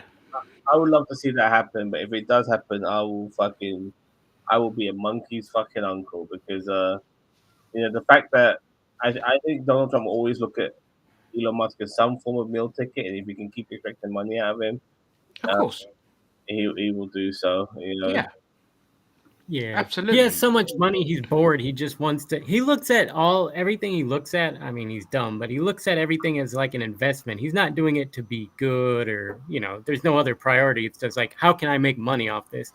So I think, let's say he does do this party and gets 2 senators or whatever his deal is. That's pretty much 2 people he outright owns. Like, he fully funded them, so they're gonna vote the way he wants. So it's a little bit of power, I guess, in his pocket. Yeah, absolutely. He was at one point. I mean, I don't know what the fuck happened, but at one point, he was the president of the United States. Elon Musk. Remember, they're all calling him, the president, and they're calling Donald Trump the shadow president. Let's not forget that. Obviously, he got too big for his fucking boots, and he really did look like the power man. I don't want to give. It's almost gonna have to give Trump credit that he's somehow managed to turn it around. You know what I mean? I don't know. Like, maybe in the day, Trump realized he's the president of the United States, and it doesn't matter what Elon does. His word matters more than Elon does. So what happened was with that was basically there was 2 factors. Dodge became massively unpopular, and people just started coming out against Elon Musk. He was pissing off a lot of people in Trump's cabinet by shitting all over them and treating them like garbage, and they were just like, "Fuck you." And so that was causing a lot of unrest. And the nail in the coffin was, I think it was Michigan or Minnesota, wherever it was, where he put in a record amount of money behind a candidate and that candidate lost massively. And that's when Trump was like, okay, this guy is done. He has no clout. I can finally get rid of him and take the spotlight and put it back on myself. And that's what basically happened with Musk. And after Musk found out that with the big beautiful bill that he's not going to benefit from here, this is where he's all of a sudden come out talking about, oh, the people this and the people need to do better. He wasn't for the people when he was cutting all their bloody benefits and social security and departments, which led to fucking Texas, and then Texas, the idiots there crying about, oh, the weather people didn't do their job. They didn't warn us. I'm like, they're not there. You fucking sacked them, you idiots. I wanted to pivot onto that perfectly, and I'm glad you did. Yeah, there you go. Because of his Doge cuts. I mean, these things always end up nipping you in the butt. I think, weather forecast and brief National Weather Service. We don't need this shit. All this money can go back into our pocket, and they just get rid of it. And now, so many people have lost their fucking lives in Texas because the flooding was never going to not happen. It was always going to happen. But the prevention of loss of life could have happened if these people were fucking warned to get the fuck out of there before it happened, and they weren't. And now, once again, Texas has had another landmark record of natural fucking disaster, and loads of people are dead, loads of children are fucking dead, and just to quickly pivot onto this. Because Texas have got so many undocumented immigrants in there in detention centers created by Greg Abbott. I hope he fucking dies soon. I want to wheel him off the fucking off a canyon, that fucking cunt. But because he's detained so many people, including children, there are children who are trapped in detention centers who are probably drowned, and being killed. But the right wing don't give a fuck because they're undocumented children. And they're hoping that's the case. They're hoping that the people who have died are migrants and undocumented immigrants, because they as far as that concerned, that's acceptable unless it's American. Then thoughts and prayers. And by the way, Greg Abbott is basically mentioning thoughts and prayers all the time, saying your prayers are working. If prayers fucking work, Abbott, you wouldn't be in a wheelchair, you fucking cunt. All right. Yeah. Thoughts and prayers, and don't forget. Let's see how we can blame Joe Biden for this. Of course, blame Joe Biden, blame the woke, blame the immigrants, blame everyone else but ourselves. And I've got no sympathy for Texas. Texas gets what it deserves. They're fucking. They are blaming Biden. They are blaming. I think they are. Was blaming Biden on this one. Even though Trump has now been the president for half a year, they're still blaming Biden on this one. But how could they blame Biden when he's cutting FEMA and he sacked a load of people? Yeah, it's not. It's just they're blaming Biden. It's not about how they can. They are. Oh, they're just not. Yeah, it's again. Right wingers will never. They never take responsibility for their actions. So that's not surprising. They don't. It doesn't register that they did something wrong. They need to play the victim and blame somebody else. The National Weather Service, they removed that. I remember watching Carl Kalinske on his secular talk saying these are things you just took for you granted as an American because you had access to it, and now it's gone because they fucking cut funding to it. I mean, this was a government-run scheme, and without it, people lost their lives in Texas. Well done. Yeah, this is all Trump's fault. And people are aware of that now. And they're all, because I've seen even right wingers be like, well, hang on a second. Wasn't that part of the big beautiful bill and the Doge cuts and all this kind of shit? So I don't know how you can blame the weathermen for this. They'll forget about it and they'll fucking fall in line like they all do. Of course, always. Just like they're falling in line now, despite the fact one day on Twitter being like, I'm going to lose all my benefits and my Medicaid. And then they'll be like, well, I trust what he's doing. It's just like, oh, you are in a cult. You're just a brain. Well, they're united in hatred. It's basically, my Medicaid's gone, my SNAP's gone, but at least he's getting rid of them brown people. And at least got one up on the libs kind of thing. Well, look, as we're talking about the Orange Man, let's go to. He's a rapist, he's a racist, he's a dirty orange nonce, the biggest liar, the biggest con man, pussy puppet, a Kremlin plant. He's a MAGA, A daughter shagger, a blowhard and a bragger, turning the world into a giant dump. His name is Donald Trump.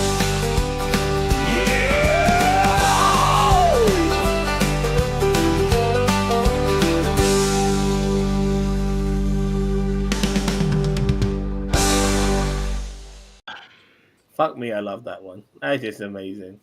Yeah, that is just fucking amazing. And See, I think James Gunn, that's good comedy writing. That's good comedy writing right there. And you're looking at him. and a bit of me as well. I'll give you the It was influence. your idea, but I wrote the fucking lyrics. Yeah, yeah, fair enough. I couldn't wait, Cheeto. No, I couldn't wait, man. I just like it had to be done, man. It's been a long time as well, Cheeto. It's been ages. And also on that, always remember, there's ideas man's and then there's the execution man. That's how it is. It's like Steve Jobs. Steve Jobs had the ideas, but the other people did the work for him. So I'm not going to discredit Zam for that brilliant Yeah, idea. but I had a couple of like basically I told him I want. But he went with the old was it the old fashioned music or some shit like that, and I go no. Oh, the jingle. I did a few. Yeah, I did the jingle. I wanted like a jingle, but I thought, country music. And I said no, I want more of a fucking banjo effect and stuff like that. More rednecky. And then I mentioned stuff. I made a little song about how he fucks his daughter and shit like that, um and even nonce. Yeah, those things are very important. Always want people to remember that this guy wants to fuck his daughter and he's a fucking C3PO. You know what I mean? So yeah, remember that. And you voted, and whoever's watching this, you voted him for your president because you're a fucking cunt. All right. Yeah. Yeah.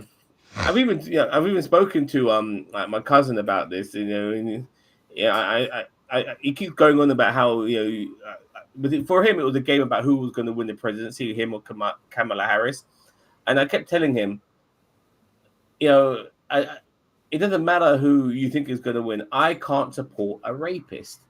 I just tried to drill that into him, but he wouldn't figure it out. Like, I can't support a fucking rapist. You know what I mean? It's simple as that. And that's who he is. And then when I was mentioning certain things to him, he goes, well, I guess I'll probably have to support the rapist. That's what my cousin said. So fuck you, my cousin. You might be my cousin, but fuck you, mate. You know what I mean? Of course, but Yeah. just they don't have principles.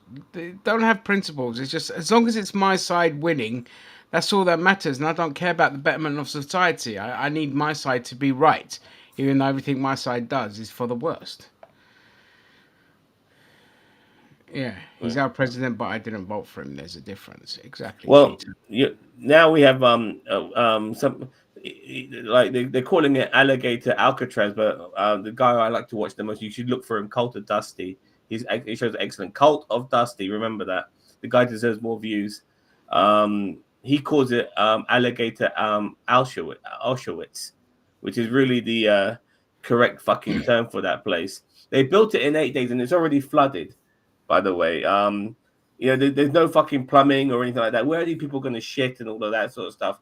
They never thought of any of that because that's right wing for you. They're so busy wanting to build these fucking concentration camps. They never thought about the fucking bigger picture or on all of these other They things. just wanted the optics.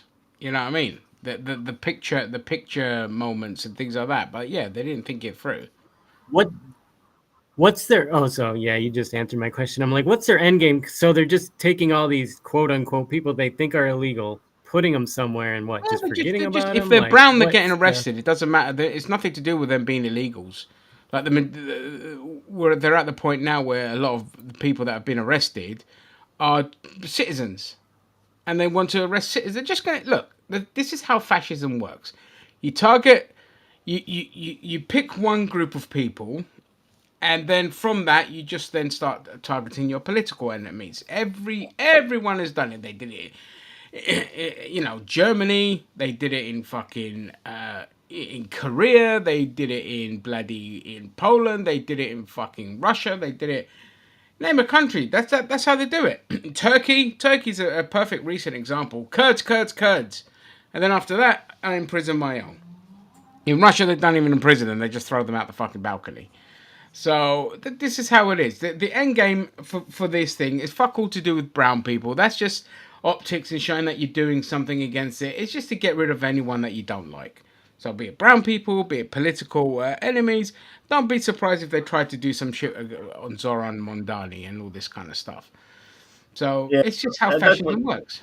worried me about him. And Laura Luma, aka Purge Mask, she did a fucking tweet, yeah, where yeah, you get it now, yeah. She did a fucking tweet where she basically says she'll be happy when these camps have at least 65 million people in them, which is basically how many fucking Latin Americans there are in America. No, so basically, it was a tweet saying there's Yeah, 65 million Latin American people in this country. They're not all undocumented. She's like, well, that's 65 million people for yeah, yeah, alligators to eat. yeah. Sorry, that was it. So Yeah, I openly apologize. Yeah, yeah. condoning for the death of basically brown people. Like, I'd be the one happily cheering if they took a bullet to the head for these kind of people because they don't deserve to live. They don't deserve the misery they're gonna. And the funny thing is, what cracks me up is industries are collapsing as well. So, as a result of this ICE crackdown, people the fields are going rotten. The buildings aren't getting built. There was a whole. Oh, this one really broke my heart. But there was a whole little spot, like where you get like a food court, but it's just out in the street and all of that. That was completely empty. All the food was fresh. Everything was fresh, but the workers there just ran away. They abandoned it. They ran away. I don't know if they got arrested or not, but somebody went there and goes, all this shit's still warm. All this shit's still fresh. There's nobody here. There's 20 different little stalls, and they're all empty because people had to run away because of ice.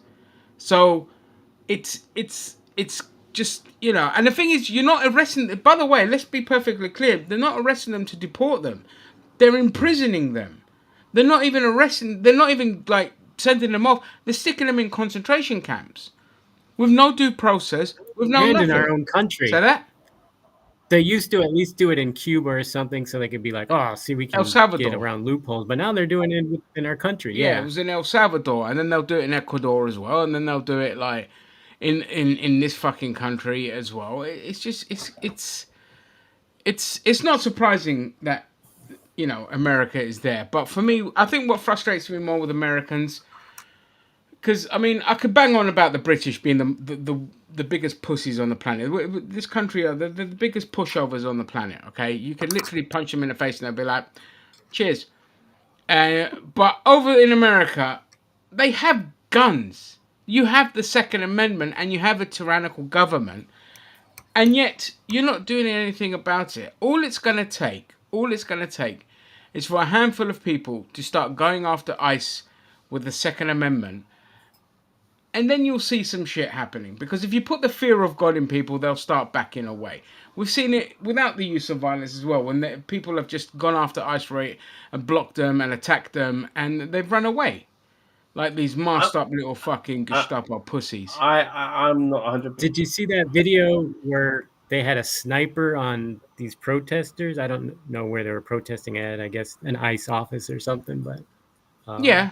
yeah, there was like, what do you need a sniper for protesters on a street level when you're way up on the fourth That's going to story? happen though. Eventually they will start like shooting innocent people, but if you don't fight back, they're just going to walk all over you. For me, like if people did start shooting at ICE, I could just see ICE initially shooting, finding a bunch of Latinos, and instead of fucking arresting them, just shooting them dead there and then on the spot. I You know, wouldn't be like, surprised, Sam. This is why I say people need to start fighting back with their Second Amendments, because it's look at this point in time, if it comes up to the midterms, and you still see that no Republican seats have been lost, you know that everything's rigged now to the point where, because I mean, Trump already stole this election. There's hints of it.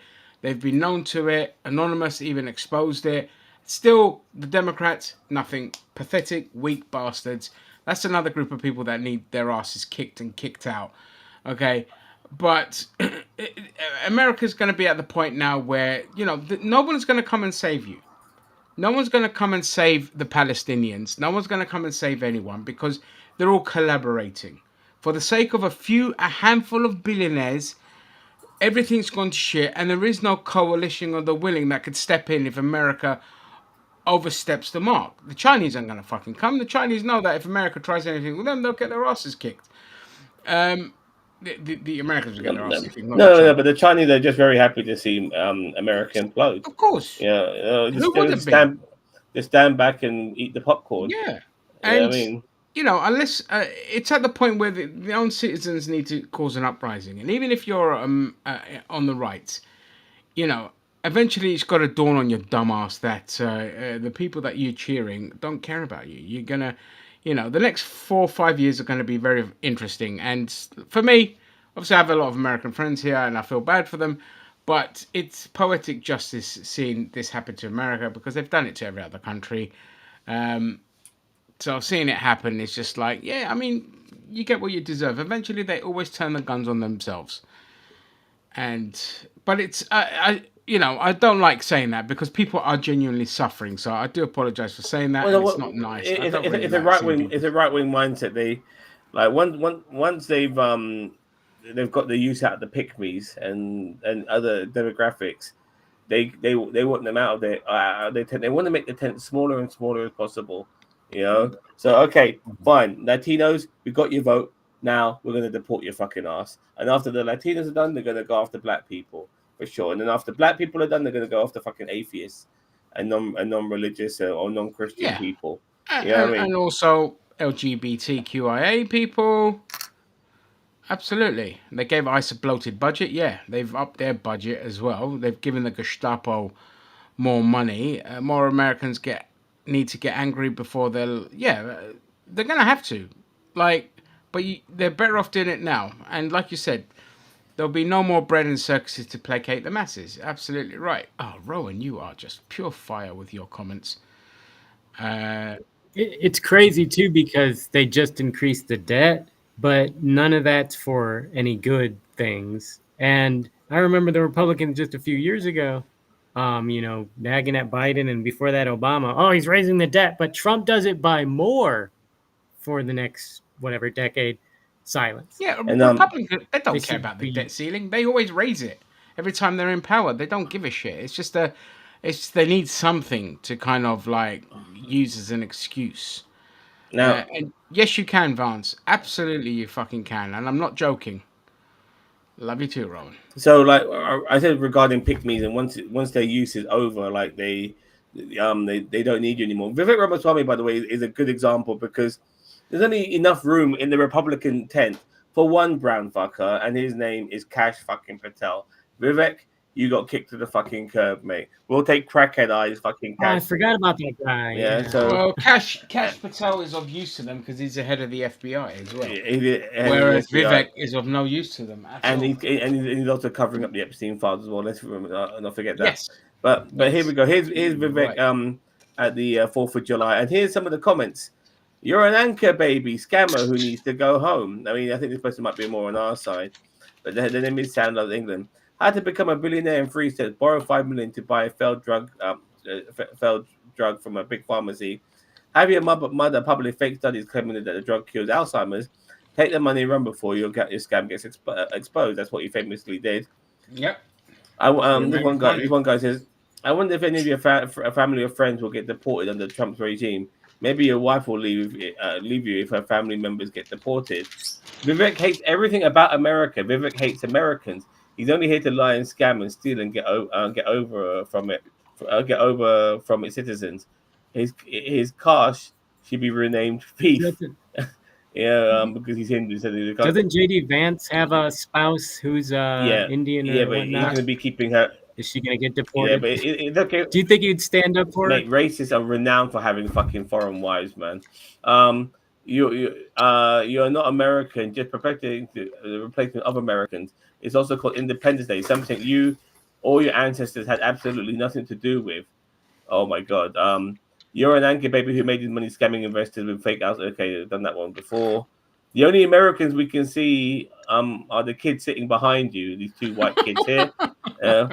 Um, foreigners are American in the same way Jews are fellow white people, and for the same reason they wear identity like a skin suit. Um, America isn't an idea; it's People our do home. realize So white people came here. Like they don't give a these fuck, man. people do realize white people are not No, yeah, native yeah, I to know. And these same white this people have the landmass. gall to call London London Star when they fucking don't even are not native of Americans, of America. Sorry, America isn't an idea; it's our home. We didn't invite you. Get the fuck out of our home, Ram Anchor baby. Happy fourth to self-made man of values and integrity. Oh, okay, here's one person who loves him. But here we go, LARPers, and look, there's Ramaswamy and there's India behind him. Um, most insufferable LARP continues. You'll never be European, therefore you'll never be American. Okay. Don't forget to bring a poop bag. I mean, that's obviously the stereotype. Mate, they Go didn't back even to consider Greeks or Italians to be fucking Americans because they weren't Anglo-German, and even back then they didn't think Germans were real Americans either. They were just like foreign invaders. Yep. So it always shifts. But just go to say, this is the guy who wants to align himself with these people. Go back home to India. You're done here. Go home, non-white invader. Go home. Biggest LARPer ever. Do I look American sad? You know, you're trying to make fun. Yeah, you disgusting piece of shit. You disgusting piece of shit. You belong in India. In Indian. Not in India. In Indian. Look at me. I'm American, sad. Just 6 months ago, you were calling American engineers lazy and in need of a foreign replacement. You don't support the American people. The red, white, and blue decorations aren't fooling anyone with a functional memory. Get the fuck out of my country. Oh my goodness. Let Have this you seen? conversation. Yeah. Sorry, Zam. I'll just go to this. I'll put the correction up as well, Zam. The new laws can unnaturalize any citizen who came to this country going back to 1964 because he corrects himself 67. afterwards. Okay. At 64 because he corrected himself afterwards. He shares the same year as Kamala's birth. I wonder why. Yeah, that's funny, that isn't it? Sorry, Zam. Go ahead, mate. All these X comments are racist. I'm having really good fun with these comments, by the way. We showed that this is Yeah, this is they're what happens great. when you're a pick me. Never be a pick me, Rick B. Remember that. How do the founding fathers feel about praying to Vishnu? Go back to India and take all your H-1B Indian aliens with you. No more replacing American workers. You should celebrate with your family in Gujarat or Mumbai. And this is a great one here with the Simpsons. You know, Yep. Poo. beautiful family. Have a wonderful. Oh, okay, there's one who likes him. I'm just an American, as you said. You know, this is nauseating. The only people qualified to celebrate Independence Day are descendants of those who fought and died for said independence. Ethnic Americans. You'll never be one of us. These are all the people that he wants to side with. I don't get it. You lot claim that you want people to come illegally, and when they do, you hate. Okay, this person's on their side, so fuck that. Remember, please shut the fuck up.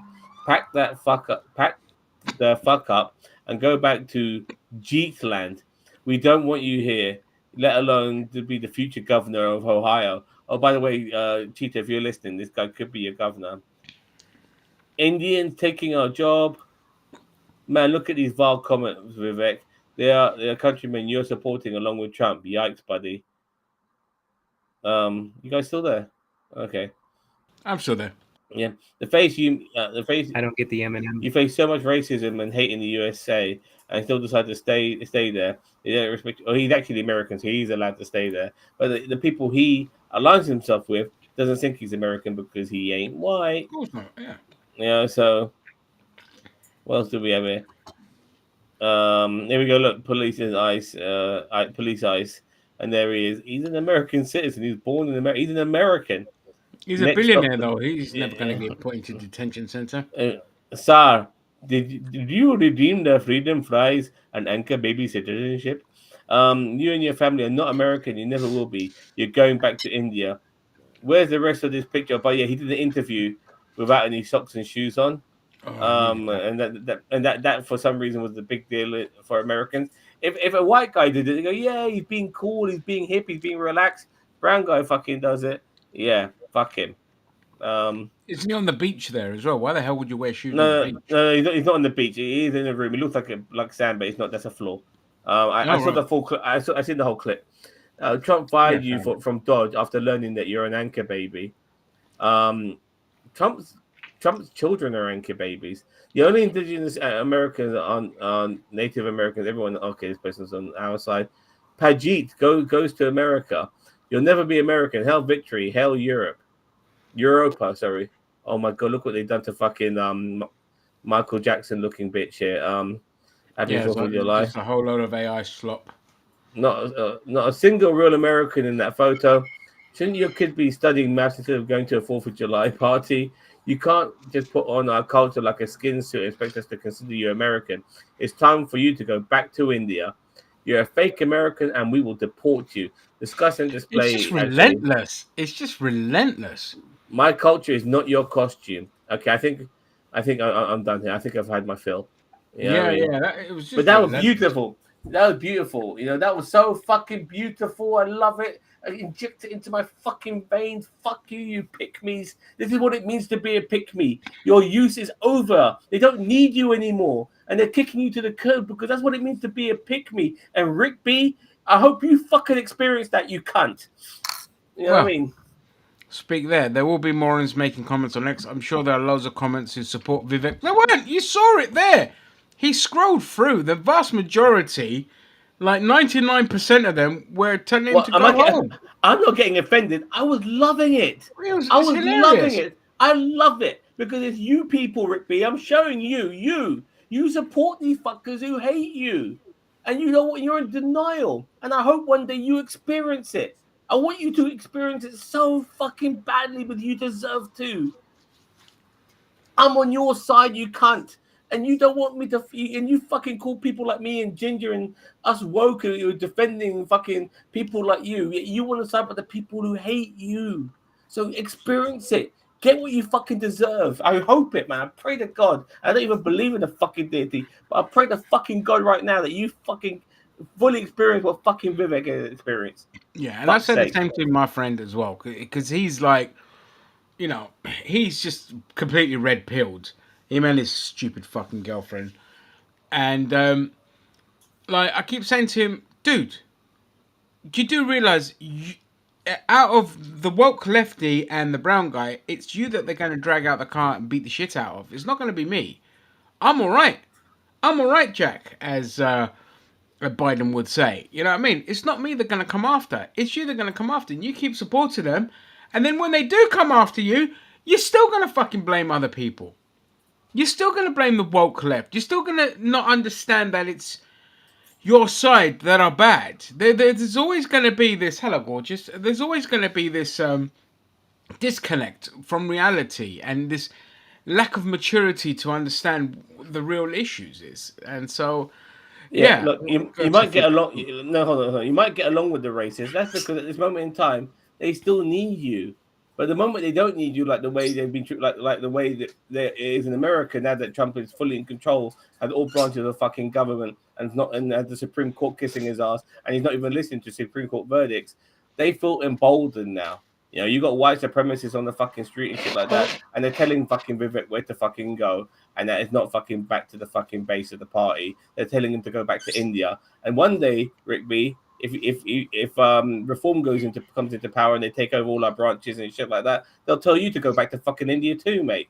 Thank you, mate. I was just about to come to that, but you've summed it up perfectly. I just want to go to some Yeah, comments here. yeah. I don't get. I get being like if you're in a work environment, being cordial to people you may know are racist or whatever. You're just trying to get through the day, but I don't see if you in a in any other kind of social arrangement or whatever how you'd get along with people you already know that are hateful towards any group. Like, why would you seek that out and be like, yeah, let's discuss things and be buddies? Yeah, I mean, okay, I haven't like in everywhere that I worked, I've not come across racists, but I have come across homophobes, and I've shut that down. Like I've said to look, especially when I was a senior in my previous job in the care industry, I said to him, listen, if I hear another muttering out of your mouth that's homophobic, you not only are you going to get reported, but I'll make your life a living hell. I'll give you the worst students to work with every fucking day.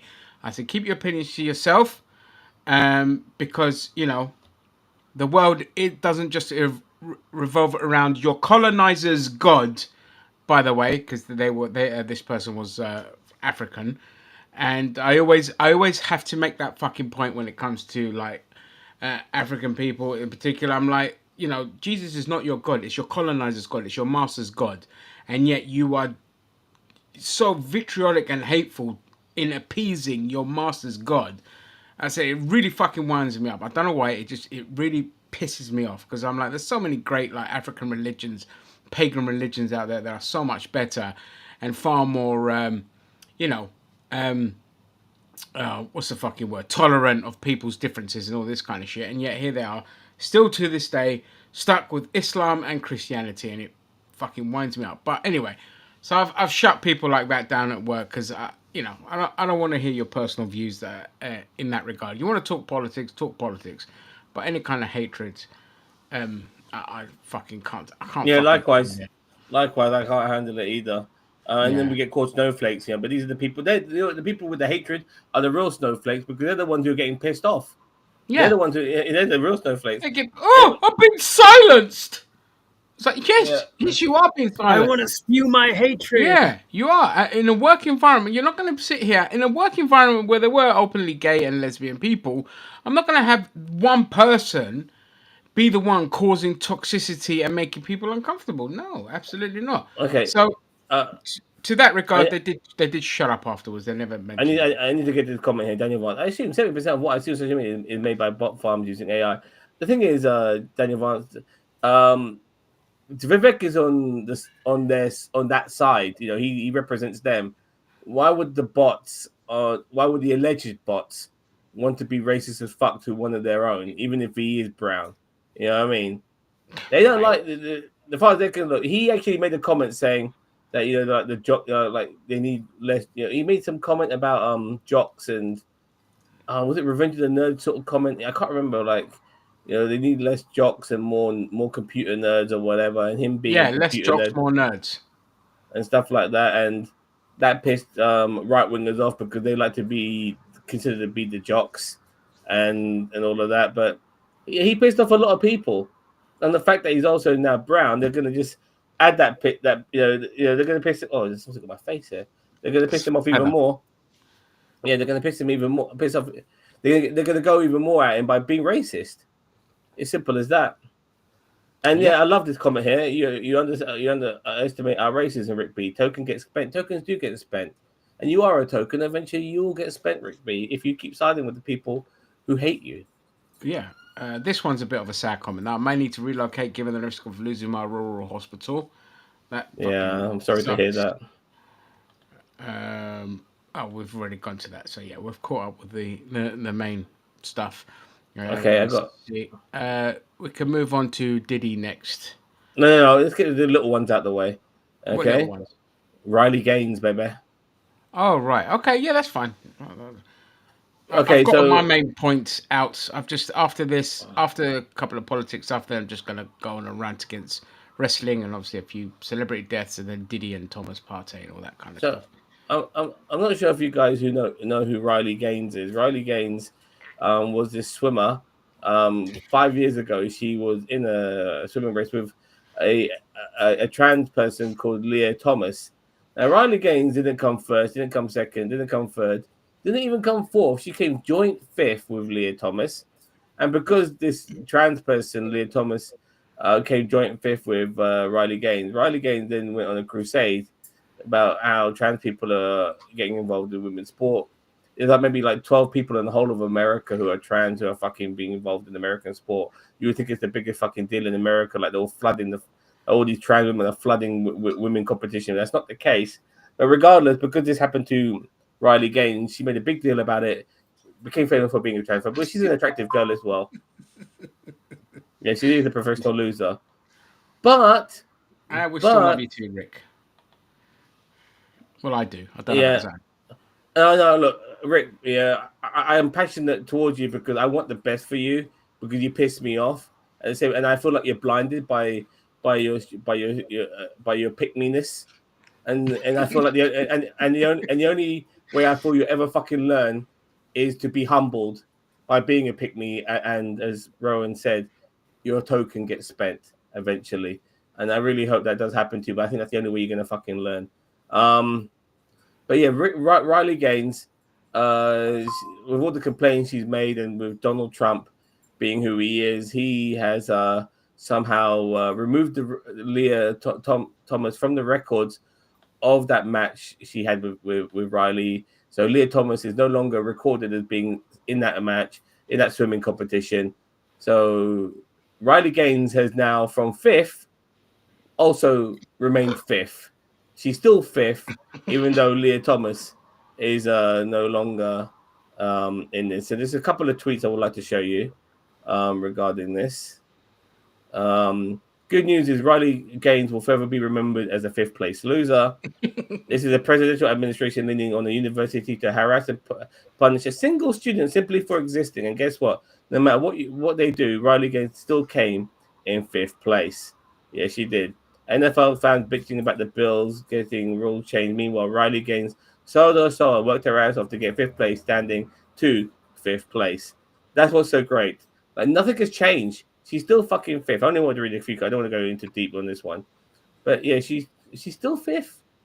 Well done, Riley. I hope you're fucking happy. Now go back to fucking Fox News and fucking Yeah, enjoy she your time acted there. like she came fucking second to a trans person. It's just like, bitch, you were fifth, and you. But again, this fits in perfectly with the right wing victim mentality that they have. Obsession with being victims, even when they're not the fucking victims.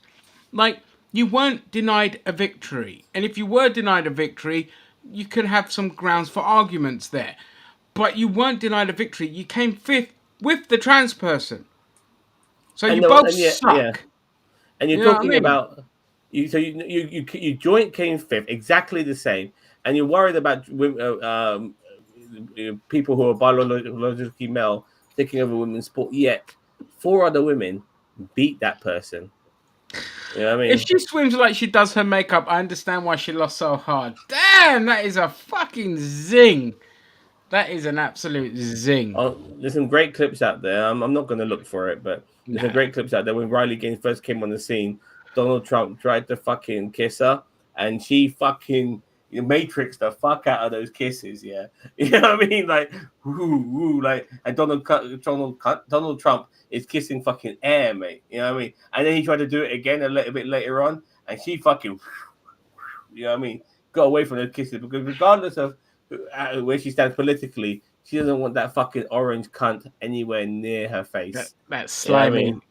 fuckwit. And small tangents. Obviously, Spitting Image is back. Oh yeah, Most of the glorious. humor is just crap. It's just I love it. outdated. But I fucking love the Donald Trump stuff. The Donald Trump stuff Oh. just cracks me up. Like, the impression is spot on and all of that. So again, although a lot of the humor's outdated, I'm glad it's back, and I hope it causes waves. Some of Hey, the stuff they've done with Keir Starmer is hilarious. Well, I mean, it's kind of like stuck in that 80s era. It it needs to be. works for it works well, It man. works with Trump. It works with Trump, but like the Paddington Bear one with the Peruvian accent, I was just like, that one didn't work for me. Like, normally I love like accents and all that. That one like just didn't like work for like me. like the Zelensky one, like, like the genius of "Don't you forget about me." You know what I mean? When he's singing that song, like Yeah, "Don't you yeah, that's forget about yeah. me." It's genius. It's fucking genius, and the way they're ripping on fucking Prince Harry as well. It's so I love the clever, Prince man. Harry ones as well. That's why I Yeah. mean I'm glad it's back. I hope it causes like waves, and the Keir Starmer stuff they've done too is fucking hilarious and all of that. But there's some bits that are just like, no, that one doesn't quite work for me. But anything they've done with Donald Trump so far, fucking 10 out My, of my 10. It's my only hilarious. issue is that they've got a new Donald Trump puppet where he looks a bit more presentable. He's got better hair. His face ain't orange. The previous puppet, he had long hair like he was fucking Michael Hayes, and he fucking had his face was orange as fuck. I don't know why they got rid of that puppet for this new one because No it feels idea, but too. yeah, Yeah, the other one looked better for sure. I'll just quickly go here. Also, AFABs already have an advantage in the water due to fat stores. She still came fifth. She must have lead feet. I don't know what that means. I don't know either. AFABs. No idea what that means. So, Rowan, you can enlighten us. on that. But yes, okay. So we're gonna move on to Diddy, who I mean, am I fucking surprised that he got away with most of it? Like, especially the sex trafficking and the what was the I'm other one? surprised. Look, I'm surprised because there was fucking video evidence. There was video fucking footage of him beating the shit out of this girl in a corridor. You know what I mean? Like he was dead to rights. But it kind of shows that you if you're a celebrity and you're rich, you can get away with anything. You know what I mean? You almost anything, but Almost it's anything. still. He still got done on a few things, but let me see here. Let me just get the update on this. Okay. Diddy trial live. Sean Combs denied bail after conviction on prostitution offences, but is cleared of the most serious charges. So that's the killer. Is that he got found guilty on 2 counts of transportation for prostitution, but cleared on sex trafficking and racketeering conspiracy, despite all the evidence showing both of those. That I mean, that's just like so. He's not even going to face like. I don't think he's even going to face like a long term in prison if he does get if he does get convicted completely. Um, when he gets his sentencing, for fuck's sake, English, motherfucker, do I speak it? No. All right, assigned female at birth. Okay, fair enough. Uh-huh. But yeah, I mean, this just again another example. And don't forget, even with like R. Kelly, it took like fucking over 20 years to get this prick convicted. And True that. women just don't face justice in this world. People, they just fucking get away with it all the time. And it transitions beautifully to Thomas Partey as well.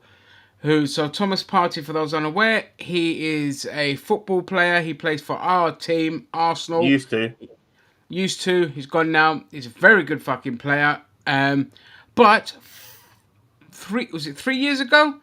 3 years ago. 3. We were talking about this, yeah. Yeah, 3 years ago, and we talked about this 3 years ago. I And we remember. thought he was done. We thought he was done. Yeah. Like, yeah.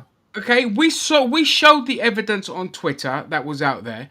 3 years ago, he was arrested, and then again, he was arrested a year later under caution to be interviewed. And yet, this entire time, he was allowed to carry on playing at Arsenal. And people are like, yeah, but you can't just get rid of him unless there's an actual thing. Well, I'm like, well, okay, well, first of all, he's been arrested, and the case is ongoing. So he didn't just get arrested and then they just left it as that. The minute that happens, then you have to bench him. Like, he could still be on the team, fine. For legal reasons, you can't just sack him because he could sue you.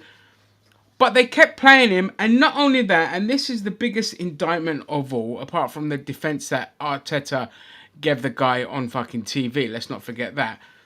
They wanted to extend his contract by a year. They wanted to renew his contract. And the minute he said no, he got arrested. I'm not saying that's the reason why, but 3 years later, 3 fucking years later, after the initial assault take place, he's finally been arrested for it. And this is again why it's so fucking hard for women to come forward. Why men will never understand how difficult it is for women to come forward. And that's before we get into disgusting behaviour by football fans in general. But, well, men. It doesn't matter if they're a fan of that. Men in general against the victim, despite her showing all the bloody evidence. They were calling her a fucking, well, you can imagine what they're being called.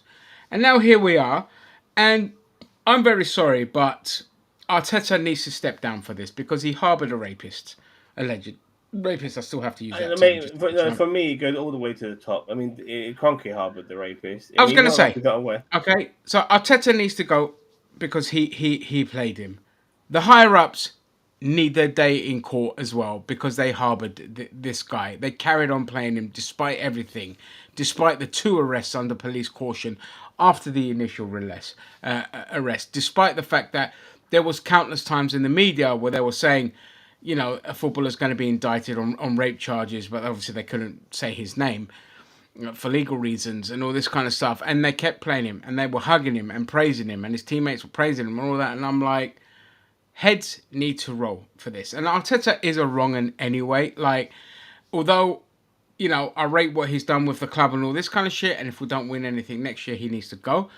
I personally, I think he needs to go after everything that's happened. But he always comes across as a wrong un. Like, he's liked and retweeted anti-trans rhetoric stuff as well on Twitter. Who? Arteta? Yeah, Arteta I have has. no idea about Yeah, that. and so you could tell this guy's a fucking, you know, one of those kind of idiots, unfortunately. So the That's fact that he did disappointing. harbour Thomas Partey after everything did not bloody surprise me, but it still sickens me. And it's going to be bittersweet because if he brings us great success at club, that's going to linger there. That he allowed Thomas Partey to keep playing and wanted to give him a contract extension. It really upsets me because Thomas Partey, he, I don't know either, and look, Rowan. like he never. And look, and please forgive me if I'm coming across as I'm trying to think of the word right now as shallow here, but Thomas Partey never. He seemed like a really good guy. You know what I mean? Like he seemed like a decent person, and I I didn't think he had this in him. You know, which is even more shocking. Like I didn't think. I couldn't believe it when I found out. Like, no, I mean, if it was, I don't know, maybe Gabrielle or something like that. You know, a bit more loud mouth, or maybe I could understand that. But you know, but Thomas Partey, he seems like you know, like the proper gentleman. But then again, those are the people maybe you have to worry about. You Mate, know, look at Ryan Giggs. What a massive yeah, piece of shit he turned out to be. Not just like somebody who shags around like a John Terry, but an actual wife beating piece of shit, an abuser, a serial abuser. Or Ryan Giggs. Ryan Giggs, people just thought, oh, you know, he's a bit of a cockwomble who likes to shag about. But no, he was an actual wife beater as well. So yeah, you never fucking know. You just never know. Obviously, you can't make, you know, yeah. put My everyone my on the my bad other thing assumption is that they're gonna all be the same, but it just my other thing is that like if you go online to the other, for me, as soon as this shit started to emerge, I was very interested to see what the fan channels were going to say about this. So I went to Arsenal Fan TV. They ain't said shit. You know, all the other Arsenal channels haven't said shit. The channels that are saying shit are the non-Arsenal channels and the neutral channels. They're the ones talking about it. You know what I mean? Because it's not their player. You know, but the well. Arsenal, Let's like, not oh forget yeah, Arsenal Fan TV 3 years ago had Partey's lawyer on to defend Partey. really. Yeah, Okay, yeah, yeah. I It's all must. on there. If you go to Twitter and type AFTV, you'll see like they'll put the video up saying, let's not forget that AFTV, sorry, 2 years ago, were defending Partey and they had his lawyer on and all this kind of Whoa. stuff. Like I fucking can't stand AFTV anyway. I hate those cunts with a passion because they have no morals whatsoever. The only time they have any kind of morals is taking the knee for their own kind. No offense, I don't mean that to come across as bad. What I mean is they're fucking hypocritical in that regard, and they just It's harbour symbolism, by the way. Zionists as well. It's symbolism. It's not even. Yeah, they're not. Yeah, it's I just mean, symbolism. They don't give a like, shit. Like like I fucking Robbie Channel is watched by so many kids, and he's promoting fucking gambling sites and yeah, shit like that. You know what I mean? All the fucking time, promoting every fucking thing under the sun, like investments and shit like that. I'm thinking, mate, like half your fucking your subscribers are under the age of 18, and you're fucking promoting this shit to them. What the fuck's wrong with you? You know what I yeah, mean? just no morals. Like no, I don't watch the channel anymore. Like I don't. I haven't watched it apart from the odd clip here and there where I've had no choice. Like I haven't watched it since Mo. Basically, they got rid of Mo, and not since then. But they've gotten worse and worse in terms of just no fucking morality at all. Just want to churn out, make their money, and they don't fucking stand for anything. At least the other channels kind of seem to stand for something. Like even Mark Goldbridge, who's apolitical most of the past and a bit of a coward, has some kind of fucking moral compass, unlike these pricks. So, yeah. But, here we are again. Another athlete doing another round of fuckery, and yet the British justice system Says, yeah, anyway, fuck the victims. So, yeah, I don't know what else to say. I'm just sick of it, to be honest.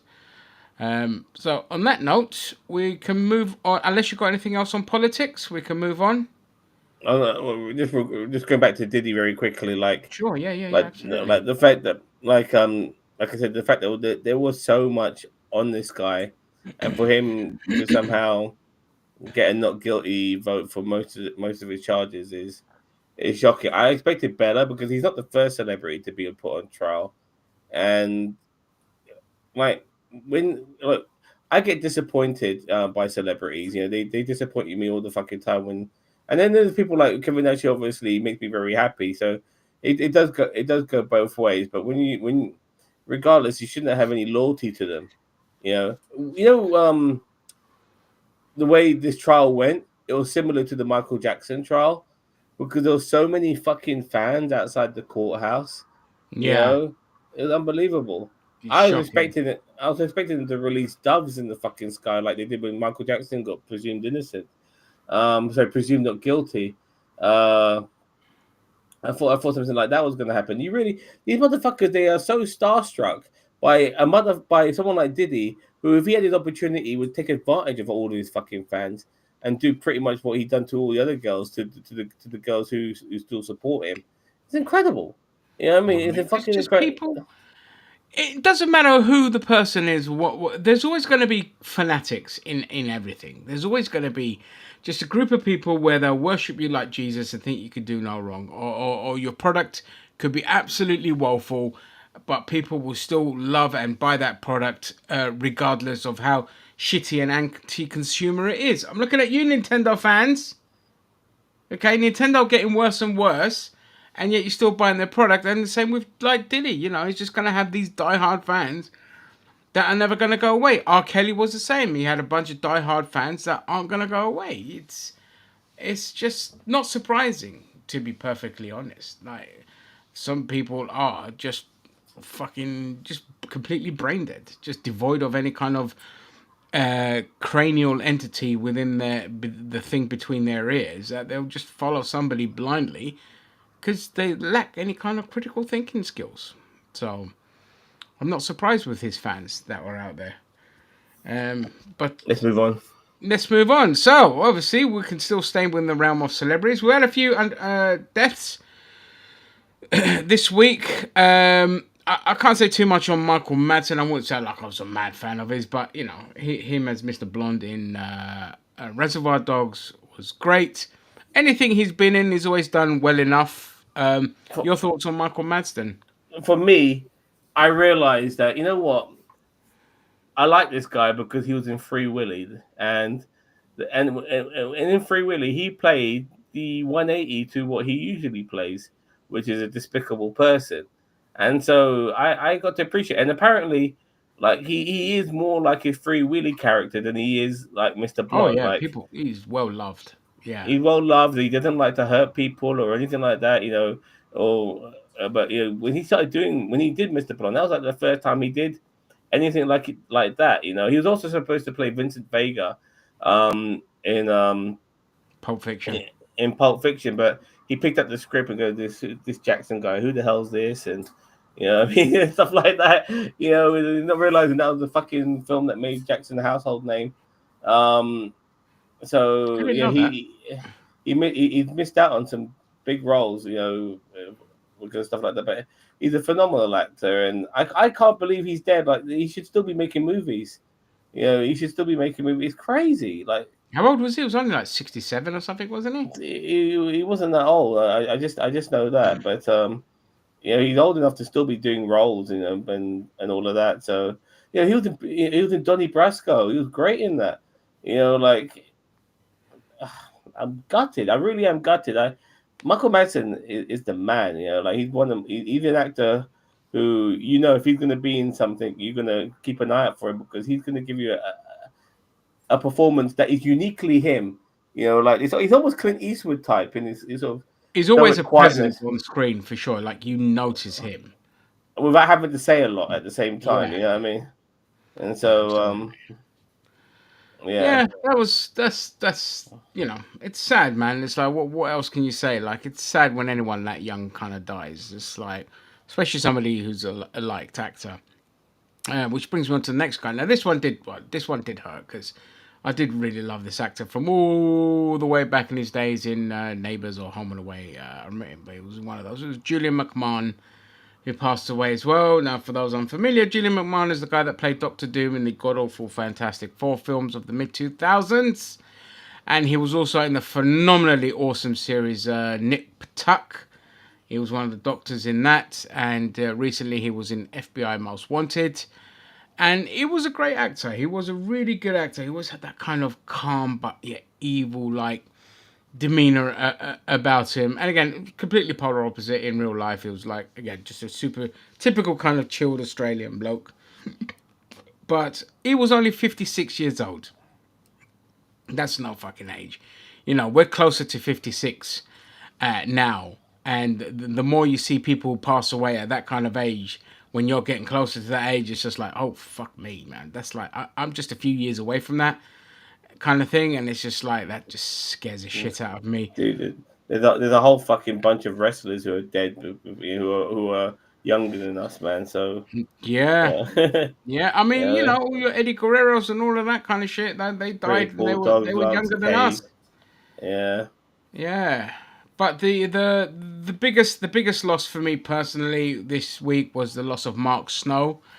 If those aren't familiar with Mark Snow, he is a composing legend in the world of film and TV. He is the guy that gave you the famous X-Files theme song. He was that guy. He also did. I've got my list here. What else was he did? Pee Wee's Playhouse. If people familiar with that, the Smallville theme. That was him. It was a guy that did Smallville theme. Somebody save me. That Yeah, one. I that was love that him. thing. That was him. Blue Bloods recently as well. Ghost Whisperers. One Tree Hill, Twilight Zone, Birds of Prey. Good lord, who remembers Birds of Prey? Haunted. He's done loads, and that was just TV. And then in film, let's go to theatrical films. He did anything major? Well, obviously X Files, Born to Be Wild. He did. Oh, that was the '90s one, not the thing. Private Fizz. Nothing too major in that regard. But yeah, he gave us some well-known kind of stuff, and obviously when he collaborated with who was that Italian guy that he collaborated with, and they remixed it into kind of a dance track. Well, Robert Miles. Robert Miles. Okay. Robert Miles. He also passed away years ago. He was fucking young as anything. Really? I had no idea he died. Yeah. Robert Miles. He passed away. Roberto Milano, as he's better known in his Yeah, Italian yeah, name. yeah. Yeah, but that one was, that was kind of sad for me because, yeah, I mean, X Files. What a theme song. What a theme song. And yeah, Smallville. Somebody say. So that's it on the celebrity deaths. Moving on to wrestling now, next week, Jesus wept. There's a lot going on next week for wrestling. There is, of course, All in Texas, which is the most important one. There's also WWE's main event Evolution. and Evolution. All on the same And night. it's all on the same night, yeah. This is like WWE's counter programming against AEW. And my big issue for talking about wrestling here is, again, the disrespect that WWE is showing to the women's division, because Evolution is turning out to be a massive mess. And they kind of fucked. Like, this just shows you how inept WWE has become. Because they had the single plan of Liv Morgan and Raquel Rodriguez to go up against possibly the Bella Twins. But obviously Liv Morgan's injured. And as a result, the whole thing has completely just collapsed. They haven't booked any other matches. They're only now just starting to put everything together. They had no other plans for the card. So the whole thing was basically just to bring back the Bella Twins. That was their whole thinking behind this pay-per-view. At least that's what it comes across as. And I'm like, okay, Liv Morgan's gone. You replace her with Roxanne Perez. She's literally in the same group. It's a simple push, and you still bring back the Bella Twins. But a lot of the women aren't happy with this. And this just shows you, like, WWE's obsession with knee-jerk reaction to what AEW is doing at the behest of booking a good product. Now, again, I fucking WWE has gotten worse since TKO have taken over. There's only been a few standout moments. The overall product is bloody soulless garbage. And here you bring back the women's pay-per-view just to go up against AEW, and it's taken you 7 years to bring back this women's pay-per-view, and it's a mess. Like, it's so fucking like frustrating and it disrespectful to the women's division, because yeah, the women should have their own like pay-per-view. There's so many women wrestlers, good ones, that it's great to have their own pay-per-view to kind of showcase their stuff. I know people are like, what about the men? It's like, the men have had What about 40. you really think that? No, they said that when the first Evolution came out. When the first Evolution, and Evolution originally came out as a kind of apology because in the first Saudi Arabia show there were no women in that, so they did Evolution as a spin-off. That was back in 2017, and they haven't done one since. And they should do one because Wow, didn't think you I know, didn't know it was that long. Jesus. yeah, it's that long. I couldn't believe it either when I heard it. But the men have had 40 fucking years of pay-per-views having the spotlight on them. And when you have a stacked female roster, there should be a pivot because it just, it gives it's a good showcase for the women. They get the whole pay per view to themselves to kind of showcase themselves more rather than being booked the way that they're being booked. Because most of the women's Yeah, division, it like is just dog shit in WWE. The tag division, the main event scene, it's all over the place. Not NXT. NXT's doing fucking really well. But they're getting their shit together slowly in terms of like, because they brought up Julia and Stephanie Vaquer and all this kind of stuff, who are solid bloody wrestlers, and they need it because the join. quality of wrestling it has also dipped. Yeah, come in, Cheeto. You don't need to ask. Fucking hell, mate. Come in, Zan. To By the way, you. While just Cheeto about to joins say, us. the people who complain about what about the men? I mean, you'll be lucky to get two women matches in a fucking pay per view, let alone a TV show. So yeah, what about the fucking men? So yeah, regarding the women, it's good that they have their own pay per view where they can showcase their stuff.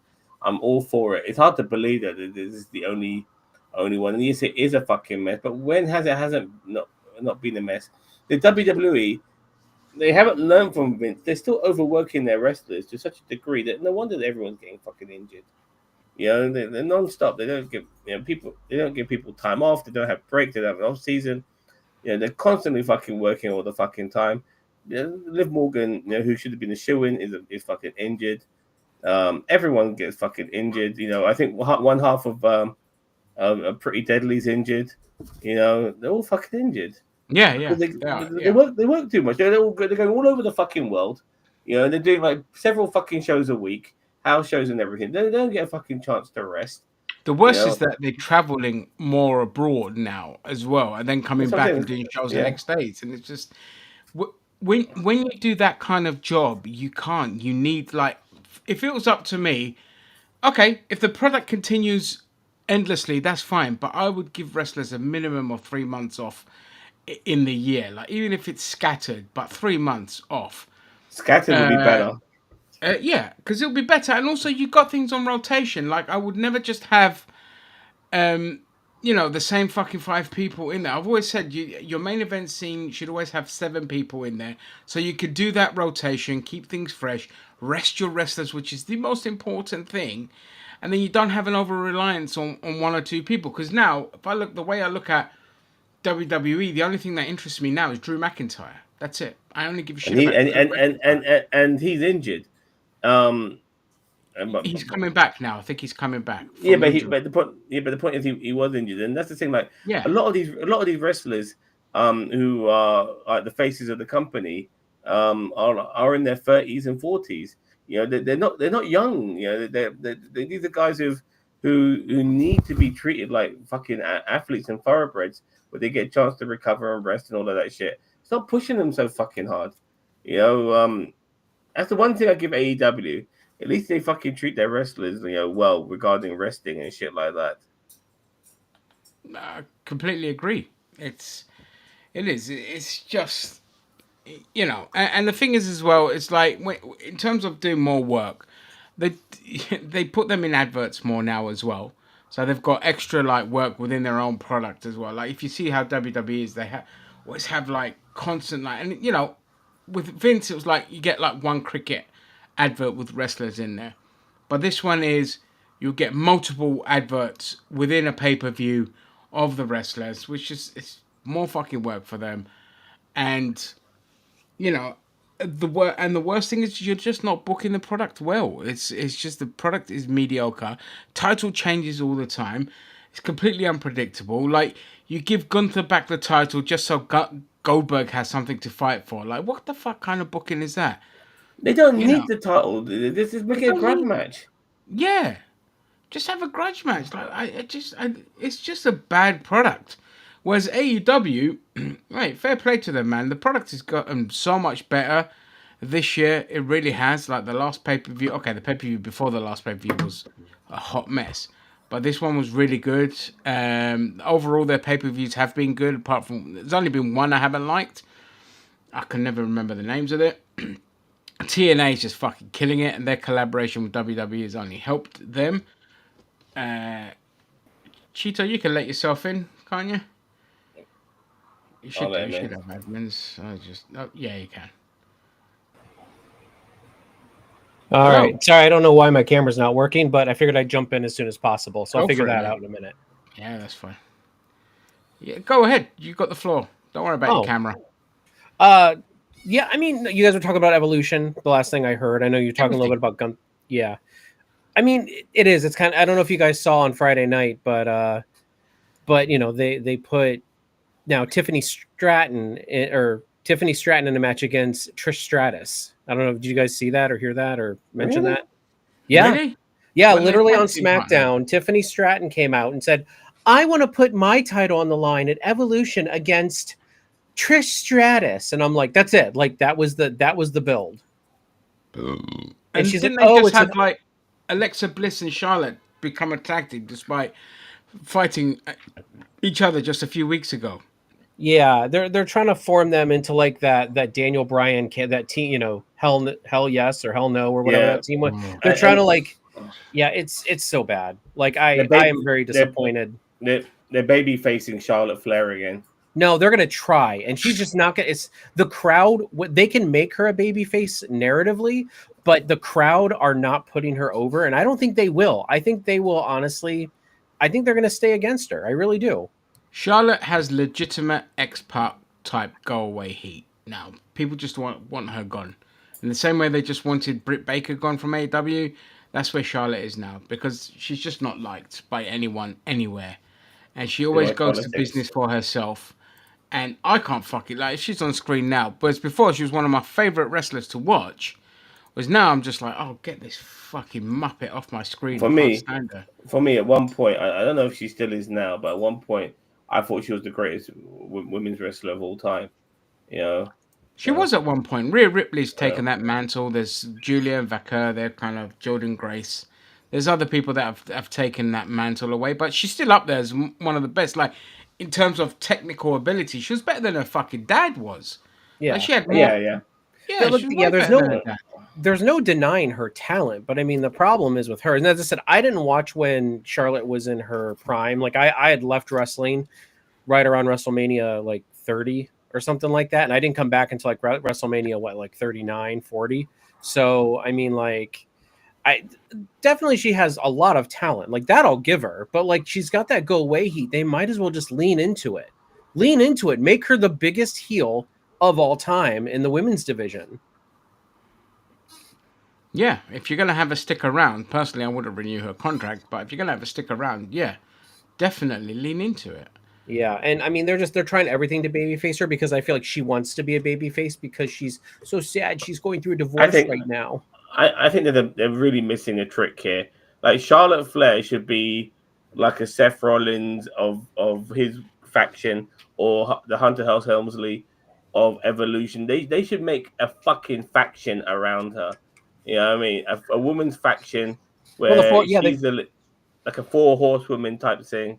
Yeah, the You know four what I mean? horsewomen. That's what I was just gonna say. I mean, you just brought up the two ladies. What is it, Stephanie Valcour, and I don't remember the other one, Julia. Julia. Like you got those two that are like do what they did with Evolution, but with the four horsemen. Like have two younger talent like those two join the faction. Have Charlotte leading it, and then have I don't know, like I mean, maybe try to get a legend in there, like the Ric Flair type, or just have another like singles competitor in there. You don't have to have a legend in there.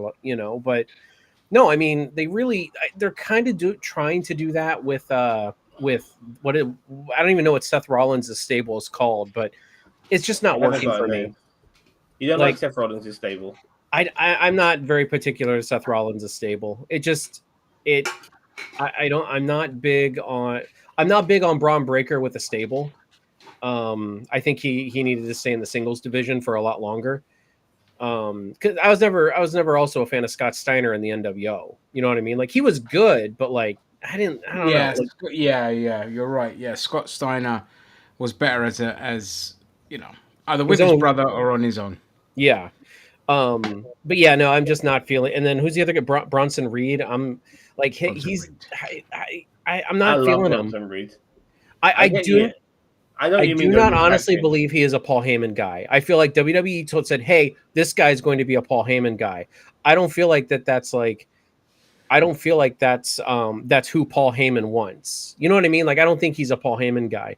I He was believe better with Solo Sikoa. Like he's an islander. Like he's like a Fijian or Polynesian descent. He was better off with those fuckers, the Samoans, because he fits with them. yeah. You know what I mean? But going back to Evolution, the pay-per-view though.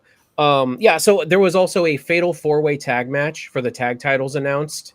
I'm glad about that because yeah, if the idea for the Bella Twins was the original, I'm all for something else, anything else than that. I Yeah, don't like the Bella Twins, no. the Bella Twins, the Bella Twins, and I did not want them back. I don't No, want them but back. have you seen like Triple Threat and Fatal Four Way tag team matches? They are fucking awful and a real mess No, because no, not really. you don't have all four people in the ring. You have only two people in the ring, and they're able to tag any of the opposing teams to get into the match. Well, that's what. Yeah, I mean, I do feel like it should more be a fatal four-way with like tags. So like four people are in the ring at a time, and you can tag your own partner in. It should be Tornado, mate. Make it a real fucking Yeah, ruckus. tornado.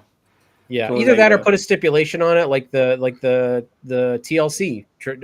Not make it a TLC, but like have some kind of stipulation for like because that's usually a good I way think to they do should it. have a women's TLC match. You know Oh, what I I mean? think That'd be they should fucking too. lovely. Yeah, they Not, should. Yeah. well, I say that, and then at the same breath, I'm like, their fucking ladder match is always god awful, but I still want to see it. Yeah, Except for but yeah, this, no, this Money in the Bank was actually they did really well, the women. yeah. So The I first was Yeah, I really, thought- I was really upset. I was talking to somebody online on one of the Facebook pages about what like why would you put Trish Stratus in against Tiffany when you could do like Jade Cargill versus Trish Stratus? Like I'd be okay with that being on the card. That's a good match to build Jade Cargill up. You know what I mean? For her match at SummerSlam. And then maybe have another. I see. They should have saved the last woman standing match between Nia Jax and Tiffany for Evolution. I think not See, Saudi I'm not. Arabia. It's not that I'm against that. It's just that Jade Cargill is not a great wrestler, and with somebody as old as Yeah, Trish Stratus, I'd worry too much in that regard. So I don't want to see that. Whereas like Stratton's, she's a solid all rounder now. yeah. Like, Well, uh, I mean, and so granted, just in that regard, it's not that I'm well, against it. It's just that Jade's, I love Jade. Like Jade is like queen, but she's not the best wrestler. yeah, Even though she's improved massively. and I agree with you on that. I mean, and the practicality of it, I get that. I'm just looking at the card in general. Of course. Like to draw Yeah. people in. Um, Go ahead, Sam. I was thinking, like I would actually like a TLC match. You're absolutely right regarding the Fatal Four Way. I'll have it at TLC, but just stop trying to do synchronized moves. Like that they did that in the ladder match where they tried to get two people to do the same move at the same time, and it's just stupid. Just Yeah. stop that because it really cheapens the fucking match. When you try this ain't fucking synchronized swimming. You know what I mean? This Just is fucking why. yeah. This is why I can't stand gimmick matches anymore because they've become too synchronized, too obviously telegraphed to that, and the women were the Yeah. worst for it because they couldn't. They don't have the kind of experience to do it more fluently as like the men did. And it was just, whereas if you look at, like, you go back and just watch the old hardcore matches, like your TLC matches and all of that, it just felt like a brawl. Like, it felt like chaos. The only times when you knew something was kind of coming was the the spot through the ladder through the double table kind of spot that Hardy and one of the Dudleys did, that kind of thing. But other than that, it's just chaos, and that's what it should be. Not, hang on. I'm just setting up my spot here. Wait, hang on.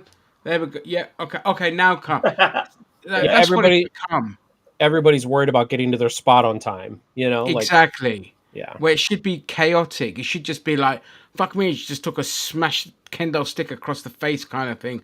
And like, oh my god, what's going on here? Oh, they're afraid to, like, you shouldn't be able to keep up with it. Not like, hang on, I need my spotlight here. Wait, the table's two degrees out. I've got to, that kind of shit. And it's just like, it's lost its luster. And I'm not like a big fan of gimmick matches, but I still think, for the women to just kind of showcase like hardcore shit, I'd be for it.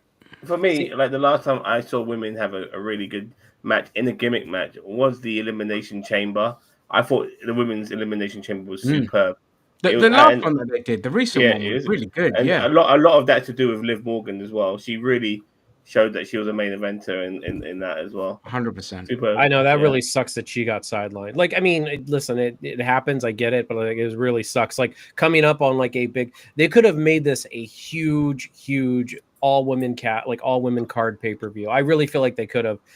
And again, like, so I'm looking at the official card right now. Like you've got a NXT Women's Championship match, which is JC Jane. JC Jane, yeah. Yeah, versus Jordan Grace, that's a TNA lady who came over, right? That's Yeah, she's now part of WWE. Yeah, she is now. That's what I going to be a thought. good match. They're really good, yeah. Io Sky versus Rhea Ripley, which we know is going to be a good match because those two can That's work gonna be really a well banger. together. I think that's where Rhea's going to get her first victory over Io. I think. Yeah. The fatal four way tag team match, whatever. Like that, you guys are right though. It's kind of like, okay.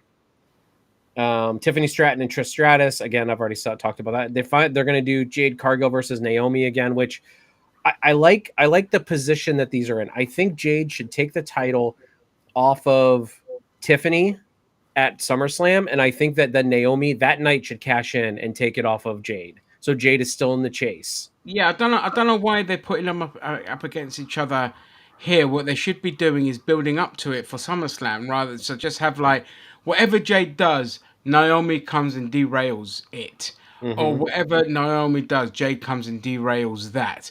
But don't put them in a match together until SummerSlam, where Jade wins and then Naomi kind of cashes in, or something along those lines. By the way, I'm very, very happy for Naomi because I was really worried that she was getting the Natalia Neidhart treatment.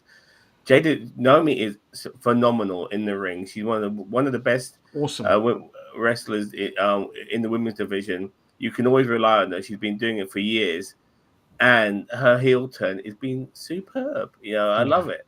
Oh yeah, Absolutely. I love her heel turn. I think that's the one thing you'll always notice as well. Like, so dancers always progress into wrestling brilliantly because of the choreography. Like, so they're the ones that always transition like really, really naturally into wrestling. And Naomi's always been solid. Like, I remember when she was with the Funkadactyls, and she was always a standout, whereas her teammate Cameron was a complete fucking idiot. But I was like, holy shit, this Naomi bird is really bloody good. Like, she's really athletic, and she's just gotten better and better. Yeah. The last match on the card is Becky Lynch, Bayley, and Lyra Valkyria.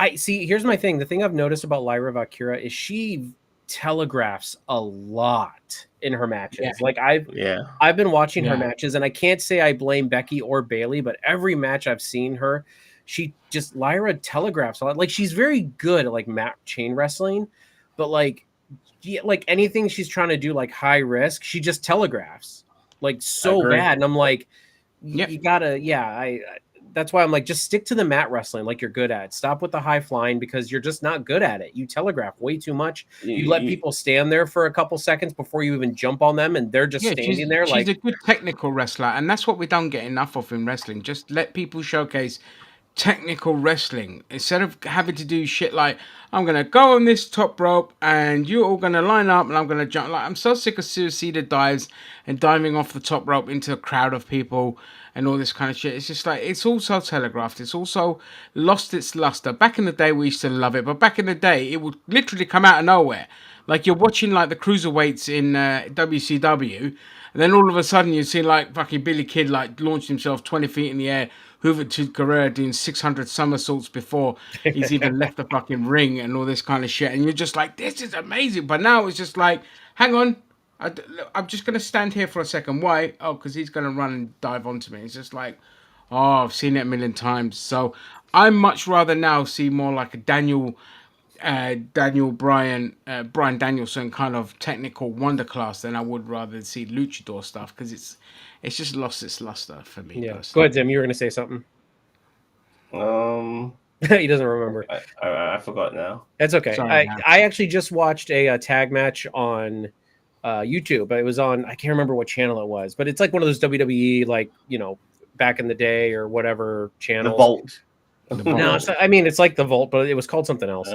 But it was and it's full matches. So it was like the Steiner brothers versus the Harts, Owen and Brett. And I'm like, what a Ooh. fucking master class. And it was like in 94. Like it was and then so if I find it again in my history, I'll have to link it to you guys. It is a freaking masterclass because not only did the match like it ended, like it didn't end very well, but then like what happened after the match was just as great. And I'm like, I don't care. Like it was such a masterclass of a match. This was WWE, yeah? Yeah, WWF Because 94, I think. Because the Steiners as brothers were in the WWF for a very short time. Yeah. Yeah. But this is what I mean. Like, if you go back and just watch how good wrestling used to be, like, you forget how good it was and how the kind of Attitude Era did kind of spoil things a little bit. Because if you watch the earlier stuff and you're just like, you know, I remember doing a few watch throughs with Jim Cornette when they were doing like, so they'd be like, right, this is a classic match. This is where it's available. We're going to watch it. And I'm watching like stuff from the 70s and 80s. And I was like, you know, back then I used to find some of this stuff like not great, but then the matches that they showcase, you're like, fuck, just look at the speed, the fluidity, the intensity, the great storytelling in the ring. Like, It was we've like a lost that brawl. now. It was like a proper brawl. Like it felt like a real Proper. fight. Now like a it's all real just fight. spot monkey shit, and nobody's telling a story in the ring anymore. Nobody. It's just like get your spots in, do your bits, and then 1, 2, 3, and then that's kind of it. And it's just like I find myself enjoying old wrestling matches more now than I did when I was a kid.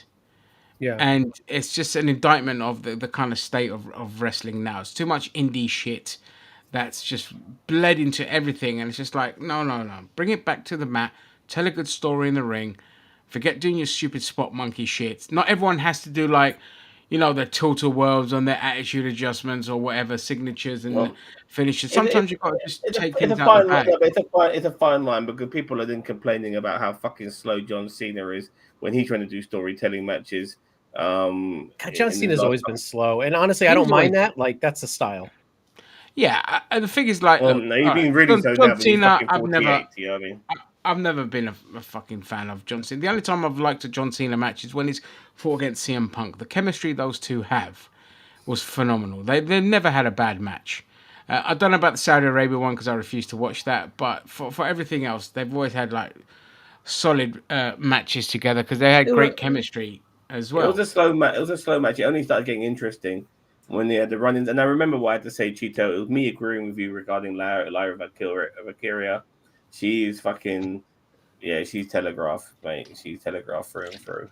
Yeah, no, that's one of the, as I said, every time she's like on the mat wrestling with somebody, like I'm like, she's actually really good. But then as soon as she either goes for some kind of dive or the top rope, or it's just freaking telegraphed. Even off the ropes, she telegraphs too much. And I'm just like, you need to just stick to where you're good. You know what I mean? That's going to be to her detriment as well because everyone's not going to get to see like that great talent that she is on the mat. They're going to be like, oh, for fuck's sake, she's terrible. Look how bad she. But it's like because she's doing spots that's not really in her repertoire originally. Possibly, I don't know. I think she got just pushed a little bit too early, too soon. The whole like Irish tag team thing with with Becky Lynch and all of that. But before you know it, she's like having matches with main eventers. You know, like what the fuck? You know, Well, like Yeah. I think that's bad booking by the WWE because I'm sorry, like when you have Becky Lynch, Bailey in intercontinental title matches, I'm so like you're not bringing prestige to the title. You're not. You're basically trying to bleed a turnip. You need to have good matches between younger talent, mid card talent to elevate that title. You don't need to put the title on main eventers. yeah, Roxanne Perez being one of them. Yeah. Yeah, Yeah. yeah, Exactly. yeah. Well, and Yeah. then didn't they give what's her face the U.S. title already? Like, I mean, not Lillian. I can never remember her stupid name. She Who? won the U.S. title What's from happened? Is there? Oh, Jillian. It feels like it's just disappeared. The US title. No, it's Jillian. I think Julia. or Julia. Julia. Julia, I think just Oh won yeah, it. yeah. She apologized. She Yeah, won it she just from beat Zelina. Selena Vega, Vega for it. which On is sad Friday. because. Oh, Oh, go ahead. sorry. It's on Friday night SmackDown in Saudi Arabia, the day before Night of Champions, where that match should have been a Night of Champions, but it's a Mhm. fucking title match. Yeah, I think there was a I think the tag team titles got exchanged the following Monday on Raw, but that could have been on fucking Night of Champions. You know, that was the first time Night of Champions, from my memory, had an entire pay per view where it didn't have all the belts Well, on offer. and that's why I really didn't like it because I'm like some of the matches just didn't even yeah, you got the WWE title, yeah, you had the world title. No, you didn't even have the world title, did you? No world title. It was mixed. The thing is, they shouldn't have called it Night of Champions. They should have just called it King and Queen of the Ring and given it a crown jewel again or whatever. But they Yeah. wanted to give it a more prestigious name, and that's what they called it Night of Champion. When that was the wrong name to give a pay per view. If you ever do Night of Champions, every fucking belt or every match needs to be a title match. There's too many titles to do every match as a title. No. Not every belt, every match. Yeah, So that I agree with. If you have 5 matches, all 5 matches need to be title matches. Mhm. You know what I mean? And that's it. You know, if you don't call it Night of Champions, if that's the case, call it something else. Call it fucking bareback or whatever. Just don't fucking call it Night of fucking Backlash. Yeah, Just don't call it That's what I'm saying. yeah, like because Rhea Ripley and I was just looking it up. Rhea Ripley and Raquel Rodriguez had a street fight, no belt. Sami Zayn and Karrion Kross, no belt. There's a U.S. title, then the Queen of the Ring, which I mean, you can call that a title, I guess. I wouldn't. I would dedicate it to like a pay per view to that, the King and Queen of the Ring, and then CM Punk and the WWE title. Oh yeah, and what was it? The first match, Randy Orton and Cody Rhodes. So I mean, if you want to say the King and Queen of the Ring is a title, sure. I don't really agree with that, but whatever. It's a halfway. It's like a halfway mark. But yeah, like you still had you had 2 other matches that weren't even title matches. Like, yeah, it was that it's terrible. No IC title, no tag titles of any kind. You know, It's just fucking awful. no Like the world whole title. product just sucks dick, man. Like I said, mixing does. King and Queen in the Ring in that pay per view was the wrong thing to do. Yeah, because you could have had a world title match, and you could have also had a women's title match. You didn't even have a women's title match. No world women's title match or WWE women's title match. Is that for Saudi Arabia? Yeah, Yeah, terrible. Just Yeah. like, I'm sorry, but King and Queen of the Ring should be their own event, pay per view. They should and they be. need to do it well. I'm sorry, like Yeah, I'm sorry, like Cody Rhodes winning it. I'm like, no, he's too far. Like he's too far advanced for that. He doesn't need that push. yeah. That's a relegation for people like him. Like when they did it to like Austin Creed and things like that, Xavier Woods, that made sense. You know what I mean? There were mid carders. Yeah, it's for the kind of lower mid carders, upper mid carders around there, Should've- not your main eventers, not It should have gone to Sami Zayn when they had the chance. Yeah, it's shit like that, exactly. think- But it's more just appeasing like the Saudis because the Saudis want like the main event guy to do main event stuff and be a main event winner. and Yeah, all they this don't kind care. of They shit. just want to see. They don't care what the pay per views called. They don't care what the prestige is. They just want all. You know. Yeah, they just want all No, of the no, but- all the big but things. Sami If it's up Zayn to them, is they'd have Yokozuna versus Hulk Hogan. I mean, I'm not saying Sami Zayn is a home favorite, but he's the closest thing to one. So him winning the King and Queen of the Ring would have gone down really well. And you could have just put, yeah, if they just done the booking right, they could have just set up Cody Rhodes and maybe Jey Uso to have some sort of tag match against a couple of people, and that's it. You know what I mean? Like, Yeah, just do the setup right, and that's it.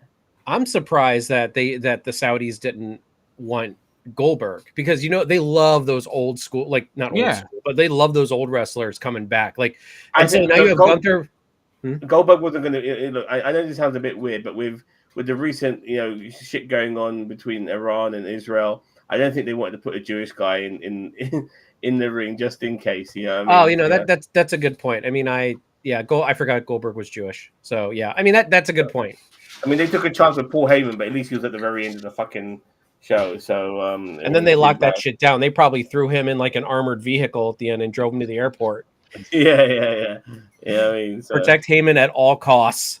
Would the Saudis even know that Paul Heyman's Jewish? I mean, like the citizens. If they do their homework, they should know. I mean, but the point is that the good thing is with Goldberg being there on a couple of occasions, they're wrestling fans. They don't care, and that was for me was the big deal. They don't care that he's Jewish. You know what I mean? They know he's Jewish. I'm sure they know he's only fucking Goldberg. How the hell can he not be Jewish? No, Goldberg. Yeah, I was talking more Heyman. No, but even Heyman, I'm sure these are like I saw the post shows and stuff like that. These are wrestling fans. They know Paul Heyman's Jewish. Yeah, they know. I don't really pay attention to all the kind of. I bet I could barely stomach WWE as it is. All of these things are unfortunately all these things are irrelevant, which is good. You know what I mean?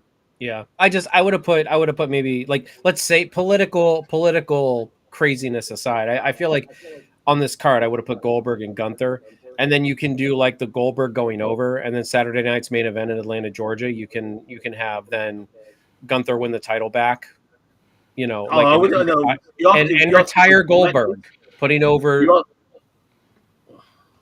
It's too dangerous. 2 matches. You're asking Goldberg at 58 to have 2 matches. I mean, and the reason why he didn't fight in Saudi Arabia is with like 40 degrees Celsius at night, which is like over 110 in the Fahrenheit. He's done Saudi Arabia 3 other times, mate. Yeah, I know, but he's 58 now, and he fucking almost killed himself against Undertaker, but he always overdoes it, and that's the thing with Goldberg. He's a walking fucking disaster area. Oh yeah, that he is. Listen, I'm not excited for this match. I would have loved it if Goldberg just retired like in obscurity, like Triple H. I mean, Triple H got the chance to put his boots out and whatever, blah blah blah. But like, I would have been okay if like Goldberg just retired. Triple H had to retire because his heart exploded. So yeah, there's a big difference there, unfortunately. Well, I mean, I'm surprised Goldberg's heart hasn't exploded. His cardiac. That guy's gonna live till he's like 100, man. He's fit as a fucking fiddle. He's injured all the time, but I got fucking injured just bloody the other day when I was saying to Zam yesterday, like I couldn't do WGI because I was like everything was killing me, and all I did was a few like house repairs around the house, bending over, like, because I was bending over a lot, or on my knees a lot, and all this kind of shit. I was fucked. I was lying in bed with ice packs, but my organs are in phenomenal condition, if that makes sense. Like, I'm not even close to being diabetic. I have no cholesterol, and look at the size of me. So in that regard, with Goldberg, like, that guy's going to be like 100 till he fucking dies. I'm interested. I'll tell you one thing I am interested in. I'll give you guys the floor again.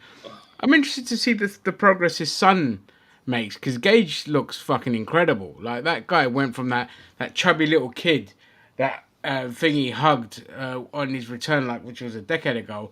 Now he's like this hulking fucking beast who's training to be a wrestler. So I'll be interested to see what his kid does. I hope they go the Braun Breaker route where they don't like use nepotism. Because honestly, let's be real, Braun Breaker's not used nepotism at all. Like, everybody knows he's a kid of the Steiners, but he's I feel like he's earned his way to everything he's gotten right now. Like, I don't feel like he does the bark. Nepotism. He does the bark. He does the Frankenstein. Like, no. As I said, everybody knows he's a Steiner. But look, he spent years in NXT. Like, it's not like they like fast tracked him. No. Look, the thing, what it is that he's just a very good wrestler. Yeah, and that's what I'm saying. He hasn't used nepotism, and that coupled with him being a Steiner is a bonus. He's a good wrestler, He's not like a McGillicuddy who was nowhere near being fucking anywhere near Kurt Hennig. You know what I mean? He was never as good as his dad. Yeah. Or David Flair, but at least like Charlotte Flair is better than her dad, which is why, regardless of the fact that fans don't like her at the moment, she succeeded. If you are very good and you are a nepo baby, the fucking the world's your oyster, mate. Yeah, You know what I I mean? was gonna say, like, look at Cody Rhodes, like he's Yeah, phenomenal. Cody Even his Rhodes. brother Yeah, was yeah. phenomenal. Orton, The Rock. The Rock. phenomenal. The Rock, Yeah. phenomenal. So nepotism in wrestling is just the one area where yes, you can have nepotism, and you can have. You've got The Rock, who's done amazing, but then you've got his daughter, who's a fucking complete waste of space. So there's the bad side of nepotism where people are in there and she can't wrestle for shit. She's got no personality. Like anytime I see her on NXT, she's like a fucking plank of wood. So there's that bad side of nepotism. But wrestling for the most part, the exceptions to like David Flair was another standout fucking flop. Ted DiBiase Jr. Yeah, but still a good wrestler. It just didn't Yeah, have a Ted DiBiase personality. Jr. was a good wrestler. He's just a shit He was human bland. being. Yeah, He was just a shit bland. human being, but so's his dad a shit human being. You know what I mean? Yeah, Good now, old yeah. Christians scamming their people and scamming their state out of money and all this kind of shit. But good wrestlers. You know what I mean? They put the work in. Well, It's not like say sorry. acting, for example, where you could just be a piece of shit So, and a bad actor and still get work. so you're telling me that Ted DiBiase Sr. playing a millionaire who scams people out of his money. I mean, the guy looked like he was living the gimmick. Personally, you know what I mean? Yeah, he literally lived the gimmick, Yeah. and he was Well, that's because irreverent Vince as McMahon well. wanted him to live the gimmick. Yeah. No, yeah. I mean, before kayfabe broke, but I mean, I'm just making fun of the fact that he plays a multi-millionaire who's scamming people out of his money. And let's be honest, a lot of rich people do that, which is why they're rich in the first place. Yeah, they don't Rick, we're pay their talking people wrestling, so have Yeah. your say. We just finished talking about We were how just hastily put together the Evolution paper card is and what a cluster. we were just talking about how woke the Evolution pay-per-view is. Oh my god, all these women on my screen. Yeah. Oh my god. No, but I think the Rhea Ripley Io Sky match is probably going to be the only match that's really going to stand out. That's Mate, it's so, yeah. But- You talk about the wokeness. He's a Japanese champion. Hey. We love that wokeness because we like those Japanese girls. I Yeah. don't love it long time. I don't know about you guys, but I'm just saying. You know what I mean? What kind of asshole stream are we watching? Yeah. No. No, but So people, you know, people are gonna get the wrong idea of us already. I'm telling you. Oh please! If they've already watched 2 hours and 46 minutes into this thing, they know exactly what they're in for. Yeah. yeah. But I mean, look. I mean, for next week, I will watch the Evolution women's paper. Well, the advert, 3-hour advert with some women's wrestling scattered in there.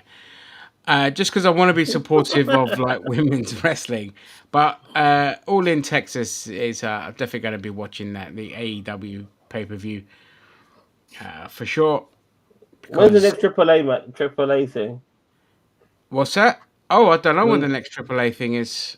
Because those two guys from SmackDown, they won the AAA tag team belts, Which guys? and I don't know, but not only that, but I think that somebody from NXT won the Oh. TNA championship. Oh, I don't know. I ain't following most of it. I'll be watching All In next. It starts at 7 p.m. in the UK. That's good. Hey, wait, nice all and in. early. Is that the big AEW pay-per-view like the Yeah, WrestleMania? Texas. The one is in Texas. That's their why. WrestleMania. Yes, it's like they're kind of. I think it's All Out is more like their WrestleMania. All In is Oh. like the SummerSlam. Oh, all in, all out. Sorry, I got confused. It Yeah. all sounds like intercourse. They're to me. both their WrestleManias, I think, within the year. But it's in Texas, so what's that? Is that like Central Time? So that's probably why it's on a bit earlier. When's Clash in Paris? I don't know. Well, we A couple weeks from it's got to be after SummerSlam. Isn't SummerSlam next? No, I SummerSlam's think- always August. SummerSlam's I don't know. always August. Somebody Yeah. Google it. I'm on it. Okay. Because we can fucking review that because Paris, France is only 1 hour ahead of us. Yeah. Yeah, see for us it's great when they come abroad because it's at more sensible times. But Listen, I don't wanna love- watch a 3-hour advert. Come on, what the? How is this hard to find this? All In is their WrestleMania. Oh, all right, you were right, Cheeto. My bad. Oh, I had no idea. I was asking. I know that was a big All one. right. August 31st. And So where's it's, That's when it so SummerSlam? was. it's after SummerSlam. When What? SummerSlam's in August as well, though, isn't it? I Yeah. think the beginning of August, maybe like first or Fucking second hell. week. Well, I mean, but TKO, they're gonna up like since sales are down of tickets, they're gonna up the PLEs and stuff to just basically, you know, Make up for yeah, make the up. Yeah, losses. they're gonna abuse the fans they have and not worry about getting more fans in. Wow, Instead August of thirty. instead of just August 2nd. slashing the ticket prices. Yeah, August 31st is a Sunday, so they're gonna do a Sunday pay per view. August 3rd and 2nd and 3rd is SummerSlam. Well, it's bank holiday. It's bank holiday that weekend as well. Yeah, So for for us, us, but these motherfuckers will have to do that pay per view, and then they're probably gonna do Monday Night Raw in Paris if they're doing they can't get back to America and all that. It'll be too much. You know what I mean? I I wouldn't mean they put it could do past it. I mean, WWE. don't get me wrong, they could do it. They'll have to leave the same fucking day, go back to America, and they'll be going back in time, so they can do it. And then, but they'll have to work the next day. That'd be way. I'm sure they'll be doing Monday Night Raw in Paris. Let me just Google that. Is it on the 1st of Oh September? yeah, that's it. There's the NXT fucking pay. I knew there was one I couldn't remember. There's the NXT. Look at that. That's ridiculous though. Like in amongst Yeah, one AEW pay per view, there's three different WWE fucking Well, things yeah, going on. because And you know well, what? I don't fucking care about any of them except for maybe Evolution. that's what it is. It's like, I mean, 3 WWE pay-per-views equals 1 AEW pay-per-views with adverbs. So Yeah, yeah. yeah. I Monday mean, Night Raw in again, we Paris. were saying that at the beginning of this bit, Rick. We were saying like WWE is more obsessed with counter. I know AEW tried to do it early on and they didn't succeed, but WWE is more obsessed now with counter programming against AEW than putting together a good fucking product. And we're saying like Evolution is a mess how it's been put together.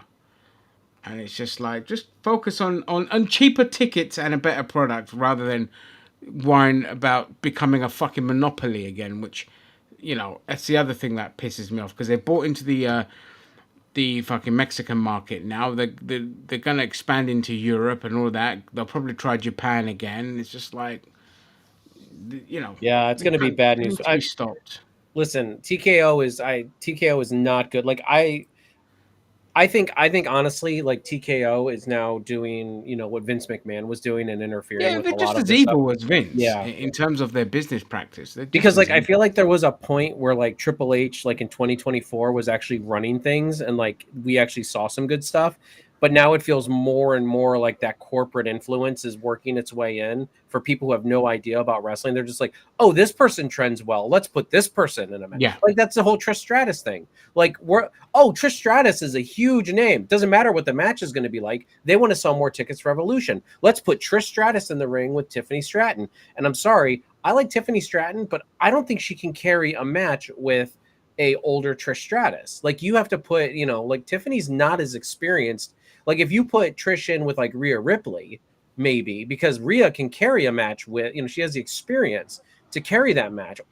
And that's kind of why like Jade Cargill and Trish, you're right, wouldn't work because you're like you got an inexperienced Jade Cargill and then you've got, Trish who's older. It's like, you're not, But that's why the tag main event of WrestleMania 41 Night 1 worked was because even though The Rock was in that match, you had Seth Rollins, Cody Rhodes, and Roman Reigns carrying that match, and they made The Rock look damn good in that match. Yeah, absolutely. The women, that's it. They've just been that was it. Yeah, they feel like it's been kind of set up to lose, as well, the way it's been put together. Yeah, I would have booked that fucking pay-per-view so much differently. I love the women's. And this one is true as well. Like they'll milk WWE all they can, and then that's how I eventually see the Saudis are going to end up owning. So do we think WWE. so? Then question, because I don't know anything about the Saudis really, like when it comes to business practices.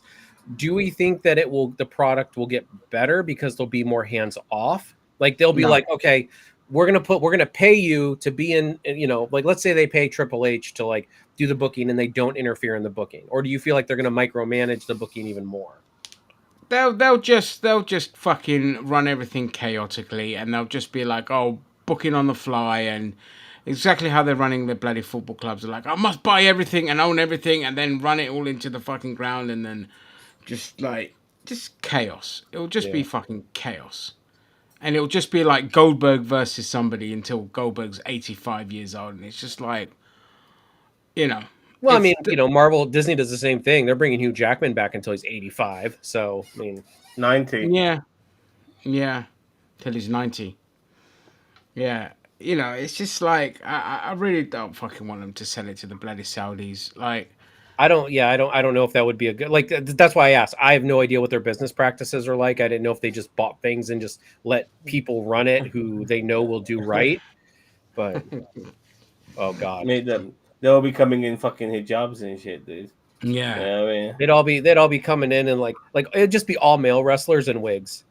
yeah. I mean, again, like, they like look what they did like with like golf and tennis and all that. They're just trying to buy into everything, just trying to buy every sport. And this football. Club World Cup, this is so fucking Saudi influence. You can tell, it's a huge Saudi money influence a event because again, the Saudis just they'll want to fucking buy into the whole of football if they could. And no, if anyone had any fucking morals, they'd put the Saudis in the ground and say, no, your vile human rights abuse it's unacceptable. You come into more modern times. I know we're not exactly the bastions of great, given how many disabled people in this country we've just sentenced to death in the last 15 years alone.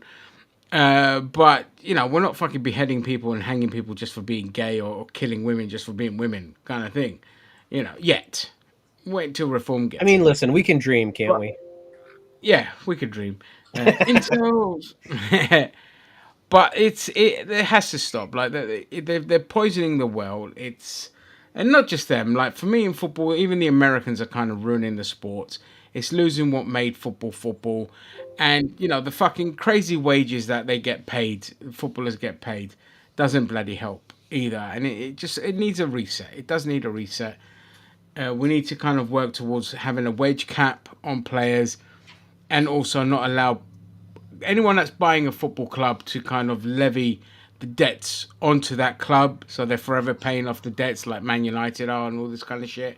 And then you end up with ourselves coming in like Jim Radcliffe and just like, well, I'm just gonna sack the dinner ladies and all this kind of shit.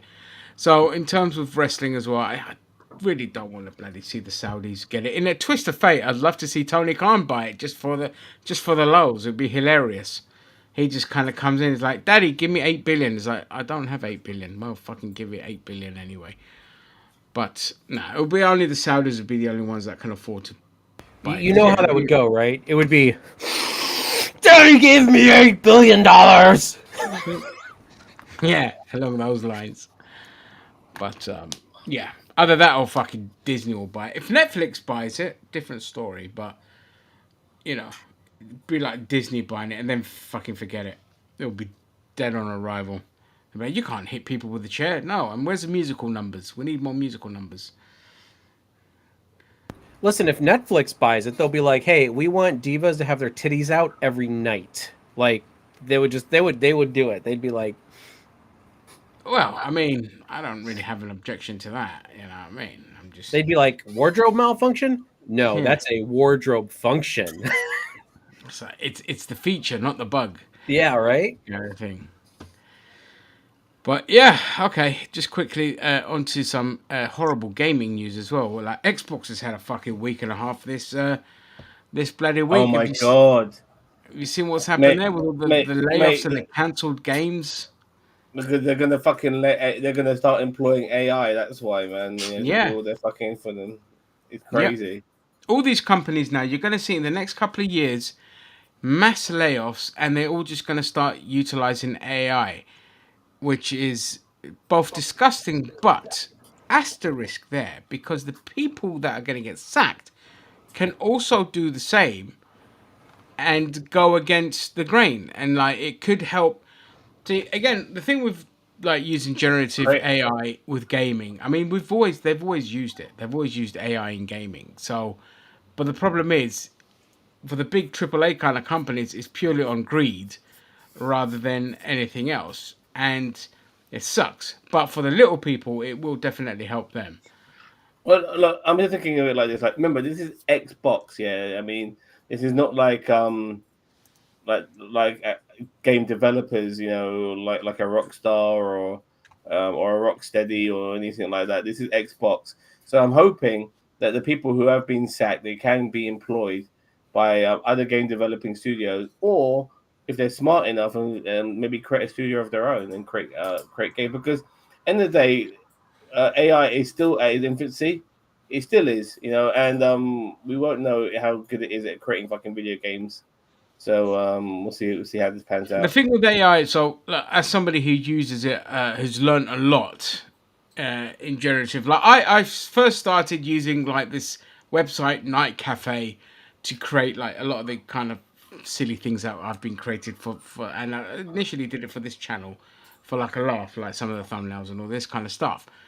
But I myself have gone now from using a website to generating it on my own laptop because my laptop's powerful enough where I could generate that. It takes like a couple of minutes to do one image, but compared to like where we were, it's done amazing. And my own personal evolution has gone from, you know, using a shitty little website to using a more sophisticated website to running things locally to now working on video to working on thing to the point where even like Cheeto, when you saw the Pixar kind of WWE stuff, and I straight away I was able to tell you how they created it.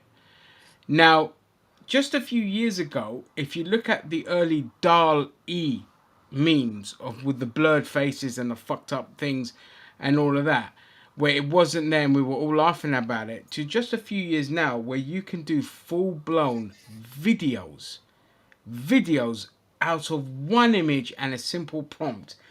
AI is moving at a rapid pace, and I am telling you now, okay, within the next just 5 years, people will just be able to make full blown films by themselves with and fucking full six blown fingers games. on each hand.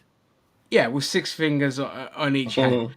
But it's that it's moving at that kind of rapid pace. Like it's to the point where we'll just be creating our own entertainment in the same way that I just don't look for other people's art now to get kind of amusement. I can just create silly shit on my own and be thoroughly entertained by it. That's going to be the same for films. It's going to be the same for games. It's going to be the same for everything. So it's kind of it is scary. Like, don't get me wrong, it is scary, but at the same time, it's going to give people that wouldn't, you know, would be beholden to the monopolies of bigger companies now have the kind of freedom to create their own stuff as well. So I'm always 50-50 on it. In that regard. Of course, the worst part is that it is still stealing other people's work, and it's stolen valor because AI doesn't create anything; it steals stuff. So that's the ethical nightmare, and I'd never want to see that being used in films. And in games, it's different. In games, it's like when we're talking about typing in a thing that you want a thing to do, then fine. But if it's stealing other people's like art and all of that, then no, I'll be totally against that. I think Zam's about done. I'm getting there. I'm Yeah, getting yeah. there. Well, you know what? It's been fucking. We've done so much in this show. I'll be perfectly honest. I was amazed to get in all my shit without it like Yeah, we cutting got out everything in. and I do everything. want to. I do want to just mention a couple of things. Because I was going to do a review, but I've changed my mind now. I'm going to mention it now. Jurassic Park Afterbirth, also known as Jurassic Park Rebirth. Spoilers for anyone that's not watching it. I don't give a shit about spoilers. So I say go I don't. ahead. I don't give a shit about spoilers either. I'm I, not. I'm, I'm not gonna I'm, watch it until it's on streaming. I'm not spoiling it, but I'm just saying that Oh, this film is no different to every other Jurassic Park movie. You're gonna get the moments where you almost get bit and you just survive from an attack and yada yada. Very similar to every other Jurassic Park film. You know that you're gonna have a couple of main actors like say Scarlett Johansson and Mahershala Ali in the film, so you know that these two guys are gonna pretty much make it, and everyone else is fair game. You got a corporate bad guy, obviously, as well, you know, which is bog standard too. So yeah, you're gonna get all of that, and it looks nice and stuff, and it's quite it's smart in the way that it acknowledges that it's been 32 years Yeah, 32 years since the first Jurassic Park movie. People are no longer in awe of dinosaurs. All the dinosaurs, because they're cold-blooded animals, they're basically living around the equator of Earth. They're not all over Earth. They're just around the equator where all the tropical islands are and shit like that. That's where they're staying. It's another island jobby, all of that. And they're Well, in the it's the McGuffin. original island. It's back at Yeah. the old. No, it's not. It's not. But at the same time, what this movie does is that subtly and not subtly, there's a lot of callbacks to the first movie. You know what I mean? There's a lot. Yeah, You know, that's the problem. Relying too much on that kind of nostalgia and fan but service it's not in just an that. But otherwise. what it is that they can't make a Jurassic Park film that is not the way it is, which is all. And this is the seventh one that all seven movies pretty much portray. You know, it is a. You know, this film does remind you at times of Alien. You know, it really does. You know, Alien Resurrection. Even you know, there's moments of that in there too. But regardless, it's very run of the fucking mill. Scarlett Johansson is pretty much playing Black Widow, a different type of Black Widow, but Black Widow nevertheless. You know, she's a badass. You know, Black Titto. I mean, Widow. Yes, yes. and all of that. But yeah, it's just nothing new. That's the only problem with it. I don't think it's shit. It's you know, it's a popcorn flick. You watch it, enjoy it. You've seen it, done it, worn a t-shirt, all of this sort of stuff. But yeah, it's big budget. It's done pretty well. There are moments that give you a little bit of goosebumps when you see the grandiose scenes and stuff like John Williams' score playing. It's fantastic at times, but it is still very unoriginal. You know what I mean? It's bog standard. Just when So Dino that's why. Raiders. Yeah. So, I but just. I will. Sorry, go on. Yeah, go on. No. No. Oh, Um, I'm just. No, go on. You go, Sam, because I'm No, just you gonna. go. No, you go. No, you go. No, you hang up. No, you hang up. but I'm concluding on Jurassic Park. That's why I want to. If you want to say something, I'll say something about Jurassic Park after you're done. no, I'm done with Jurassic Park. I'll All move on right, to so the I'm rest. just gonna say, like, so these are the Jurassic World kind of series. This is the fourth in that genre of the Jurassic It's a World whole new stuff. thing now because they what they wanted to do was you had the Jurassic Park, you had Jurassic World. Now this is a whole different thing where there's no Chris Pratt or what's her face Yeah, Bryce Bryce Dallas Dallas Howard. Howard. Bryce Dallas Howard or anything like that. That's all done now. You know what I mean? This is a whole different thing now. You Yeah, know what I mean?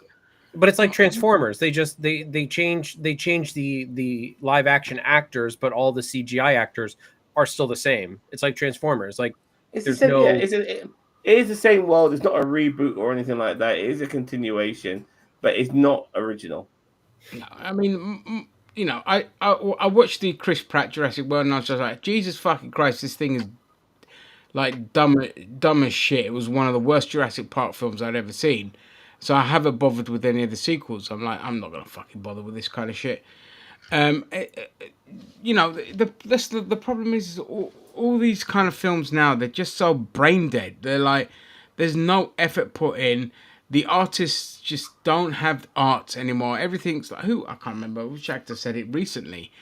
Well, I think it was Bryce Dallas Howard actually that said it. That basically studios just need to be run by artists, not fucking pencil pushers and accountants. And that's my issue because they don't care. They don't give a shit. They have, like, when I say to you, they do not care. You could write the most brain dead crap like every film on Amazon now, and they'll be like, yeah, that'll do. Who cares? It's for people scrolling on their fucking phones anyway, so who gives a shit? And we're in the era now of films that are so mind-numbingly fucking stupid. I've only managed to watch one film this year all the way through, and that was Sinners, and it's Don't spoil it. phenomenal. I want No, to no, see no. that. I'm just saying it's a phenomenal film. That's the only thing I'm going to say on that. And that's it. Everything else, I'm half an hour in. Even stuff that I would normally deem as so bad it's good, but it's so bad it's just bad. And it's just like, you know what? I can't. With films are just dead now to me. Like I have no interest in watching New Avengers or Thunder Twats. I've got no interest. Even Fantastic Four. I'm looking at the trailer and I'm like, it just looks boring. It just looks fucking boring.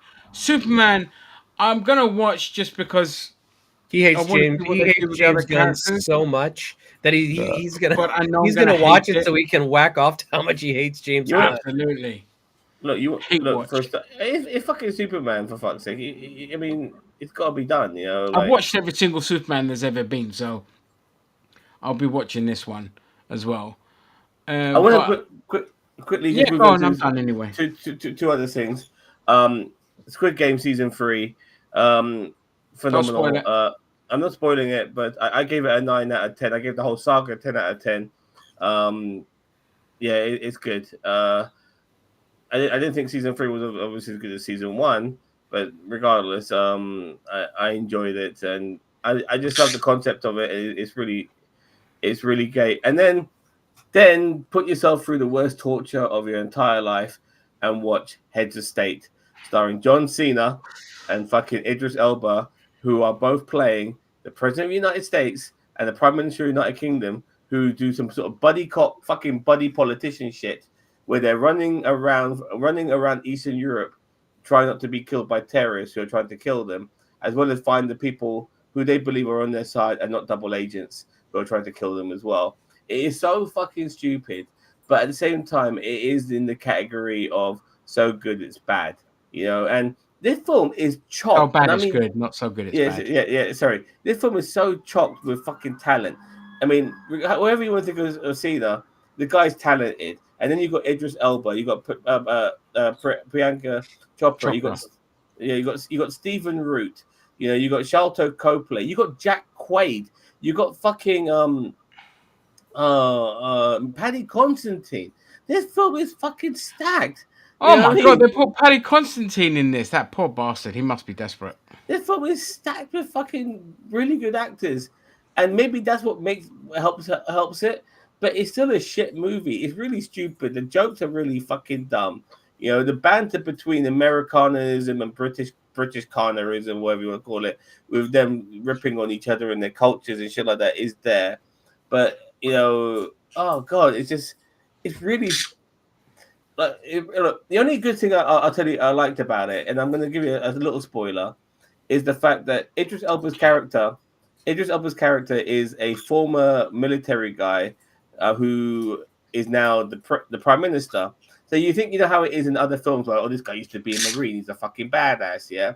But he used to be a military guy, but he hasn't been a military guy for years. He's now a politician, so he's kind of lost a step, and you see that in some of his performances where he's not as bad as a former military guy. He's always made that in Hollywood. This guy's lost a step, and that I appreciated because he's a fucking prime minister. He's not fucking GI Joe. You know what I mean? So that I liked. You know, I appreciated that. But other than that, the film is fucking stupid. You know, and when I Priyanka won't be Chopra fucking joined, watching it. it is a buddy cop thing. But when Chopra joins and makes it into a trio, it is much appreciated because there's only so much of the duo you can handle before you want to fucking smash your head against the table. You know, and yeah, it's fucking stupid. I mean, John Cena, the president of the United States. When would this ever happen? You know, like Jesus I mean, Mate. listen, after Hey. what we've had the past 4 year or the past 8 years, and what happened in the past election, I believe it. I believe it. I believe in John Cena. I believe in him. Yeah. No, don't hit me with that. The only thing with John Cena's character is that he's not like Donald Trump. He's actually That's a good interesting. guy. He does come across as a good guy, like a people person. You know, he likes to know people, shake hands, and make people happy. You know, he does play a former So actor it's proper turned fiction politician. then. He does play a former actor turned politician. He's a bit like a Ronald Reagan, but more of a action movie star version of Ronald Reagan. So if Arnold Schwarzenegger actually was able Yeah, to it's go for like Arnold president, Schwarzenegger became Yeah, president. yeah. I would say that, but an American version of him, yeah, for sure. And yeah, it's fucking stupid, but I had a good time with it. But I gave it a 6 out of 10 because I still acknowledge that it is so bad that it's good. But regardless, that just pipped it over the average mark. But it's still shit. You know what I mean? That was way too much information on a fucking film none of us are gonna watch. I know Cheetah will eventually watch I don't it. know. I love Idris Elba, so I might watch Oh, it. fair enough. I'll take that And back then. My apologies. John Cena He actually and kind of Idris sold me Elba. on the Idris Elba thing, where I'm like, I love Idris Elba. John Cena, I can give or take, but you know, Oh, you guys will be happy with what's that stupid show that he's in coming back? It's got Jack Quaid as well. Don't forget that. Yeah, Jack. I love Jack Quaid. Jack Quaid is like amazing. Peacemaker. That's it. Oh yeah, Peacemaker's awesome. Also, I can't wait. I can't wait for Peacemaker. Fucking Peacemaker's 2 minutes into that trailer, and I was just like, "Oh my, how do fuck it? I can't. I just, Mate, did you watch there's season something one? that sticks in my no, craw you with just James you have Gunn's some writing. PTSD or something with. I just can't stand the writing. I can't fucking stand the writing. It's so outdated and awful. And the whole format of delivery by James Gunn, it's like watching a fucking expensive sitcom. It's just like, I can't. I'm going to slog through Superman, even though everything I've seen so far of it, I'm just like, yeah, I'm going to hate this. It's just James Gunnisms, and it's god awful. But I'm going to slog through it because I'm interested to see what they do with the other characters How you more than watching it? anything. How you watching it? By the way. I'm just gonna as soon as whatever's online is available, I'm just gonna Okay. watch it that way. I'm not gonna fucking Uh, spunk away 15 quid in the cinema, 17 quid now, whatever it is, on in the James Gunn. cinema for James Gunn for anyone. Like I'm done. I'm pretty much done with, like, a film's got to be really ball bustingly epic now for me to even bother watching it. So Sonic the Like Hedgehog 4, got it. Ginger's there, day one. X-Men, but X-Men that looks good. That I think that's the only time you'll get me back in the fucking cinema again, or like a Lord of the Rings style film. Not Lord of the Rings. I'm not sure if I'll go to the cinema to watch this, but I want to see that Formula One movie. I dropped. By the way, I had a really good batch of customers, and they were fucking gorgeous. Like yesterday, I picked up this one lady. She looked a little bit at some angles, a little bit like Liv Morgan. You know, she was gorgeous, and I dropped her to the McLaren center in Woking, and we were talking a little bit about racing cars and stuff like that. And she told me she's seen the Formula One movie and she loves it. And by the way, Formula One audience rating, I think it's got like 91% and 98%. It's got like a low critics rating of maybe like 60, 70, but the audience rating is 98, which is pretty good. You know, I never over go that. off of the critics. Those Yeah. critic idiots. Like I would go can't off go the off of anyone's. I- There's only one critic whose opinion, because they're pretty much spot on, even with films I won't watch. But I know, like, how to Jeremy gauge a Johns. film from them. Yeah, Jeremy Johns. He's like my kindred fucking spirit. Like, he's usually accurate, even though I kind of miss. He used to be a little more brutal with things. He's gotten a bit soft at his old age, but he's still spot on about things. Like, That's for what me. he's waiting for you to take his place. Well, He's I also- waiting for that rock hard critic to come out of the woodwork like you. I had this lady in my car today. I think she's from Kazakhstan. She was fucking hot as fuck. You know what I mean? And she wasn't even like dressed up like in a very like glamorous way. She was just like wearing very regular clothes. But she was fucking gorgeous. You know what I mean? You could see right through it. You know, she was gorgeous. And I dropped her at some old man's house. I think this guy's gonna like rip the shit out of her, literally. You know what I mean? He gave me a £20 tip for taking care of her. You know what I mean? Sugar daddy, pimp. Yeah. Oh yeah, absolutely. She was gorgeous from Kazakhstan, man. She was gorgeous, and because she actually told me to take a video of her pushing her trolley. And as I was looking at the phone, I realized everything's written in Russian or something like that. So I asked her, like, was that Russian written on your phone? She goes, "Yes, it is. I'm from Kazakhstan. We speak Russian." There, she told me. And I go, "Fair enough." And Yeah, it's then former Soviet and my vessels. penultimate customers, I went back to Heathrow twice. I went to Heathrow about 3 or 4 times today. She's probably waiting for you to put your number in her phone. Is what she was probably trying to do. I just picked up this really nicely. End up off a balcony if he does. This young lady as well. She was very pretty as well. And I dropped her. So yeah, I'm thinking, wow, I got okay. You know, last 2 days, I've had some really fit women in my fucking car. Nice. I mean, I was kept begging them, please ask me to come indoors. Please ask me to come indoors. Yeah, I mean, Yes, this But, ain't yeah. one of those porno flicks that you watch, mate, where the it's not Fake Taxi kind of thing. Quentin Tarantino said the death of cinema started when they increased price tickets. Yeah, of course. Big time. Like, just a decade ago, it was £7 or £8 to go watch a film. Just a decade ago. I remember that because Guardians of the Galaxy came out 2014 and I paid £7.60 for my ticket. And now it's £17 to go watch a film. Fuck you. Like, everything that used to be for the working classes, we've been priced out of everything. everything. Even the takeaway is no longer cheap anymore. Like, I don't even bother with fucking takeaways anymore. Like, it's just like, I'm cooking my own a lot more now. Yeah. yeah, I just start. I'm like, I buy things now from the supermarket where I'm like, okay, I can cook this up in like 20 minutes, rather than spend like 15 to 20 pounds You, on a fucking box of food that is just gonna, no, that was a you know, yeah. I mean, there was a time when if you spend 10 quid, that should get you what you want, and you should have enough change on it to get you some snacks or whatever. You yeah, know what I mean? It should cover the whole fucking night. yeah. You know what I mean? Now 10 quid is like some chicken wings and some chips, and that's it. And you're just like, what the No, fuck? no drink. No drink. Yeah, no drink. You know what I mean? It's just like, and cinema's no different. That's why I don't go anymore. I was a big cinephile before. Like, I used to go to the cinema regularly, but also the quality of films dipping doesn't help when it was just like, you know. And people talking and all that sort of stuff. No, And look, That's I've always said been it. a thing. Yeah, but for me, I've never had an issue. Like, I think the only bad experience I've had in the cinema with that regard was Lord of the Rings, Return of the King, and that was in Swiss Cottage. And I just basically went and sat next to the guys causing all the noise and just, was just yelling at them until they shut up, basically. And the security came and took them out anyway, because somebody went and told security. That was it. That was back when Return of the King literally came out. Other than that, I've been very lucky. Like, cinema's always dead quiet. The only time it's not quiet is for the Fast and Furious films when we're just all bantering with each other, and it became like a really fun thing. But yeah, I've been very blessed in that regard. It's always quiet as a mouse when I go cinema. have you seen like some of the reaction videos for like some of the Marvel films?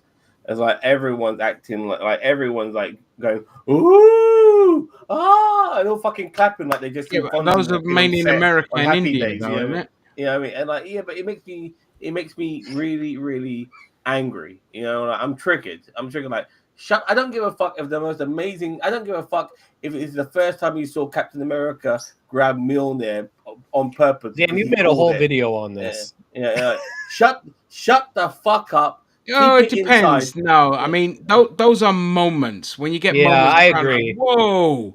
But Okay, if you're look, just yeah. chatting throughout the whole film, then fuck you. Have That's you? what I hate. I don't What's mind the people fucking? cheering at What's the amazing reaction? moments. What the people were like? People are fucking making noise before he's already caught the fuck. He caught me on there. I gotta look. I am exaggerating because even I went wow, like something like that. I thought that was an amazing moment.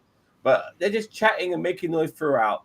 You know, like shut the fuck up. I hate you so much, and I want you to get fucking deported by ICE. You know what I mean? Well, You that's fucking Americans. cunts. That's the American audience. Like over here, again, you're so I want them. American-centric. Here in the UK, like you don't really get noise. I You want don't. there to be an ICE for fucking people who talk in Yeah, you do cinemas. in Finchley, like the View in Finchley. Fuck, I hate that place. I stopped going there. Like the cinemas with the fucking comfy sofa chairs, they're the good ones. You know, Oh, I for hate people are those there. chairs. I hate those chairs so much. Oh, I love those chairs, but I hate again, them. I I did can't not go to complain the about cinema cinema. to fall asleep on It's my the couch. prices I can. It's the prices I can't fucking stand here. Like they sicken me. Like 17 quid to watch a film. There's no justification for that.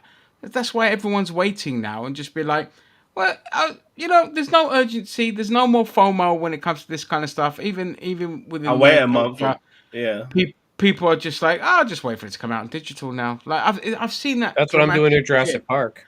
Yeah, like since COVID, especially since COVID, that dramatic shift has been phenomenal. Like remember, like people literally queuing for ages to go watch a film, couldn't wait to spoil it for you on the internet, to the point where those same people are now just like, I'll wait for it to come out in digital.